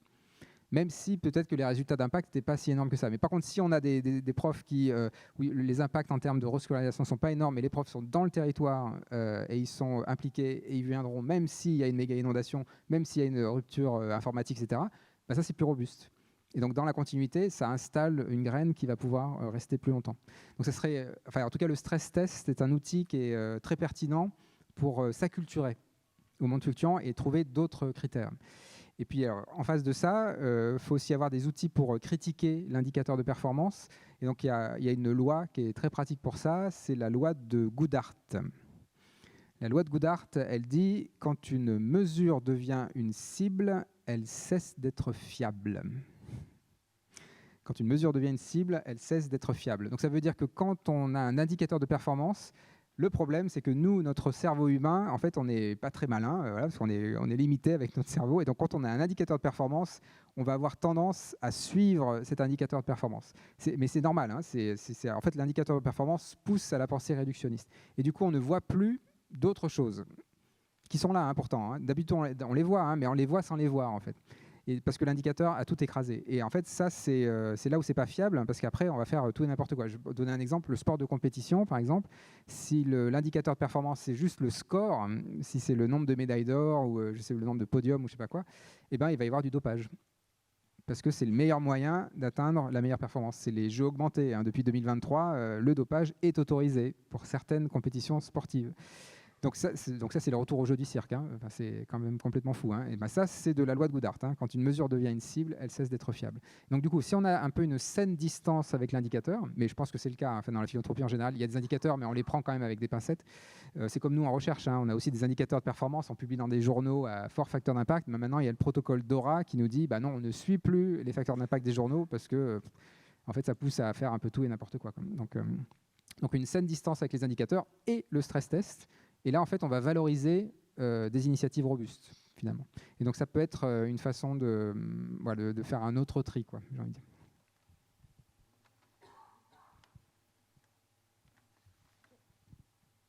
Il faut venir dans le champ. Est-ce que dans votre livre, qui est indiqué sur le précédent écran, est-ce qu'on trouve ce que vous venez de nous raconter? Oui, merci. Alors, je ne sais pas quel était le livre derrière. Notre dernier livre avec Olivier Charbonnier, c'est... Ah oui, de l'incohérence. Ouais, alors, dans de l'incohérence. Alors, je vais vous faire une petite biblio. Alors, La troisième voie du vivant, c'était mon premier livre. Donc ça, c'est le plus générique. Je parle beaucoup de biologie et de société. Et donc, c'est l'équilibre performance-robustesse. C'est le plus général avec un gros bilan socio-écologique. Si vous avez déjà le bilan socio-écologique en tête, à la limite, vous pouvez passer les 100 premières pages. Donc, voilà. Donc ça, c'est le plus générique. Ensuite, il y a de l'incohérence. C'est plutôt sur la démocratie, sur la polarisation sociale et le rôle des incohérences, donc le rôle des contradictions internes pour faire des systèmes qui s'amortissent et qui sont capables d'être robustes dans la durée. Donc voilà, des accords féconds de Patrick Vivray, tout ça.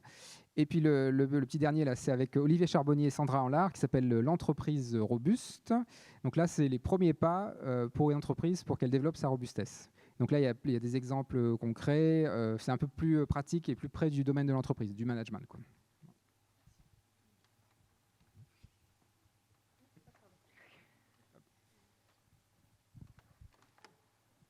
Bonjour, merci, c'était très intéressant. Je rebondis sur la question de M. Baudin sur les indicateurs. Moi, je travaille au sein de la fondation du groupe Crédit Mutuel Alliance Fédérale. Et dans ce cadre-là, on a la chance de soutenir énormément d'associations tous les ans. Et j'ai du mal à mettre en perspective ce que vous disiez sur le stress test et les indicateurs. Si moi, demain, j'avais ce que je fais au quotidien, à analyser des associations, les accompagner, échanger avec elles, et je suis quelque part un peu obligée quand même de me baser sur des indicateurs de performance, nombre de bénéficiaires touchés, nombre d'hectares préservés, et comment je peux m'inspirer de ce que vous avez présenté pour que demain, je pense plus robustesse et moins performance. Merci. Merci. Alors, donc, la robustesse, ça, c'est la pérennité. Donc déjà, une association qui est là depuis très longtemps, quelque part, elle a fait ses preuves, elle a déjà traversé des fluctuations, donc, quelque part, elle a passé des stress tests réels. Donc ça peut être un indicateur de robustesse. Mais j'ai envie de dire, c'est une association, par exemple, qui aurait des énormes critères de performance, qui serait en croissance rapide, pour moi, ce serait une alerte. Ça veut dire que c'est une association qui est probablement en train de se cramer de l'intérieur, qui est en train de faire de l'hyper-performance en interne, qui est peut-être au service de la robustesse du territoire, mais puisqu'elle est en train d'être dans l'hyper-performance en interne, donc elle travaille 70 heures par semaine, les week-ends compris, avec un fonctionnement dictatorial, elle est en train de faire un burn-out. Donc en fait, de l'hyper-performance, c'est le signe du burn-out. Et donc ça veut dire que cette association qui est censée être au service de la robustesse du territoire n'est plus au service de la robustesse du territoire parce qu'elle est en train de se cramer en interne. Et donc j'aurais tendance, c'est presque à l'envers, c'est qu'une association qui est très performante, il faut aller les voir et leur dire, mais qu'est-ce que vous faites? Est-ce que vous êtes encore en train de prendre soin de votre robustesse? Est-ce que vous n'êtes pas en train de perdre le fil là? Donc vous savez très bien qu'il y a une épidémie de burn-out dans les ONG. C'est catastrophique. Et ça, alors il y a plein de raisons pour ça, mais une des raisons, c'est que parfois, il y a une mauvaise compréhension du compromis entre performance et robustesse. Les enjeux sont très hauts, et du coup, on ne compte pas les heures. Et en fait, on ne sera plus au service de la robustesse du territoire parce qu'on ne prend pas soin de sa robustesse en interne. Donc ce serait peut-être ça le premier critère, c'est de prendre soin de ceux à qui vous voulez donner soin finalement. Est-ce que vous n'êtes pas en train d'aller trop vite? Alors après, il peut y avoir des moments de performance, encore une fois, c'est pas pour dire, parfois il y a un coup de bourre, il y a une crise, etc. Là, il faut augmenter la performance, mais par contre, il faut revenir, il faut récupérer, comme le sportif de compétition qui récupère après, quoi. Et donc ça peut être un premier point. Après, il y a quand même d'autres critères, c'est si c'est une association qui serait au service de la robustesse du territoire, mais qui n'aurait pas fait le tri dans ses solutions. Donc, parce qu'il y a des solutions qui vont ticker tous les bons mots, qui vont être écolo, social, etc. Mais finalement, qu'est-ce que c'est? Donc, ça va être une association qui va engager des bénévoles pour planter des arbres qui sont tous pareils en monoculture, tout ça pour qu'une entreprise ait des crédits carbone et qu'elle ait un financement de l'État pour continuer à polluer. Eh bien non, ça, c'est pas une association qui est au service de la robustesse du territoire. Je prends un exemple évidemment caricatural, mais c'est Ikea, par exemple. Voilà, Ikea va atteindre sa neutralité carbone en 2030, mais en ayant dévasté les écosystèmes. Et ben là, on a un indicateur. Ça, c'est de la loi de Goodhart presque à la lettre. On a atteint son objectif. La mesure, puisque la mesure devient une cible, elle n'est plus fiable, quoi. Parce que la neutralité carbone façon Ikea, c'est une dévastation de la biodiversité. Donc, ce serait, en gros, ça revient à avoir une pensée complexe à la Edgar Morin, finalement. C'est de se dire, ça ne suffit pas d'avoir les indicateurs de performance. Il faut en fait analyser à quel point l'activité, l'action de ces associations, de ces ONG, non seulement prennent soin de leur robustesse en interne, mais quand elles disent qu'elles prennent soin de la robustesse du territoire, vraiment que ce soit le cas, quoi. C'est un critère. Donc, c'est plus compliqué que juste des indicateurs, c'est vrai. Ouais. Merci 1000 fois, Olivier. C'était passionnant. C'était magistral. Et merci à vous d'avoir participé. Merci beaucoup.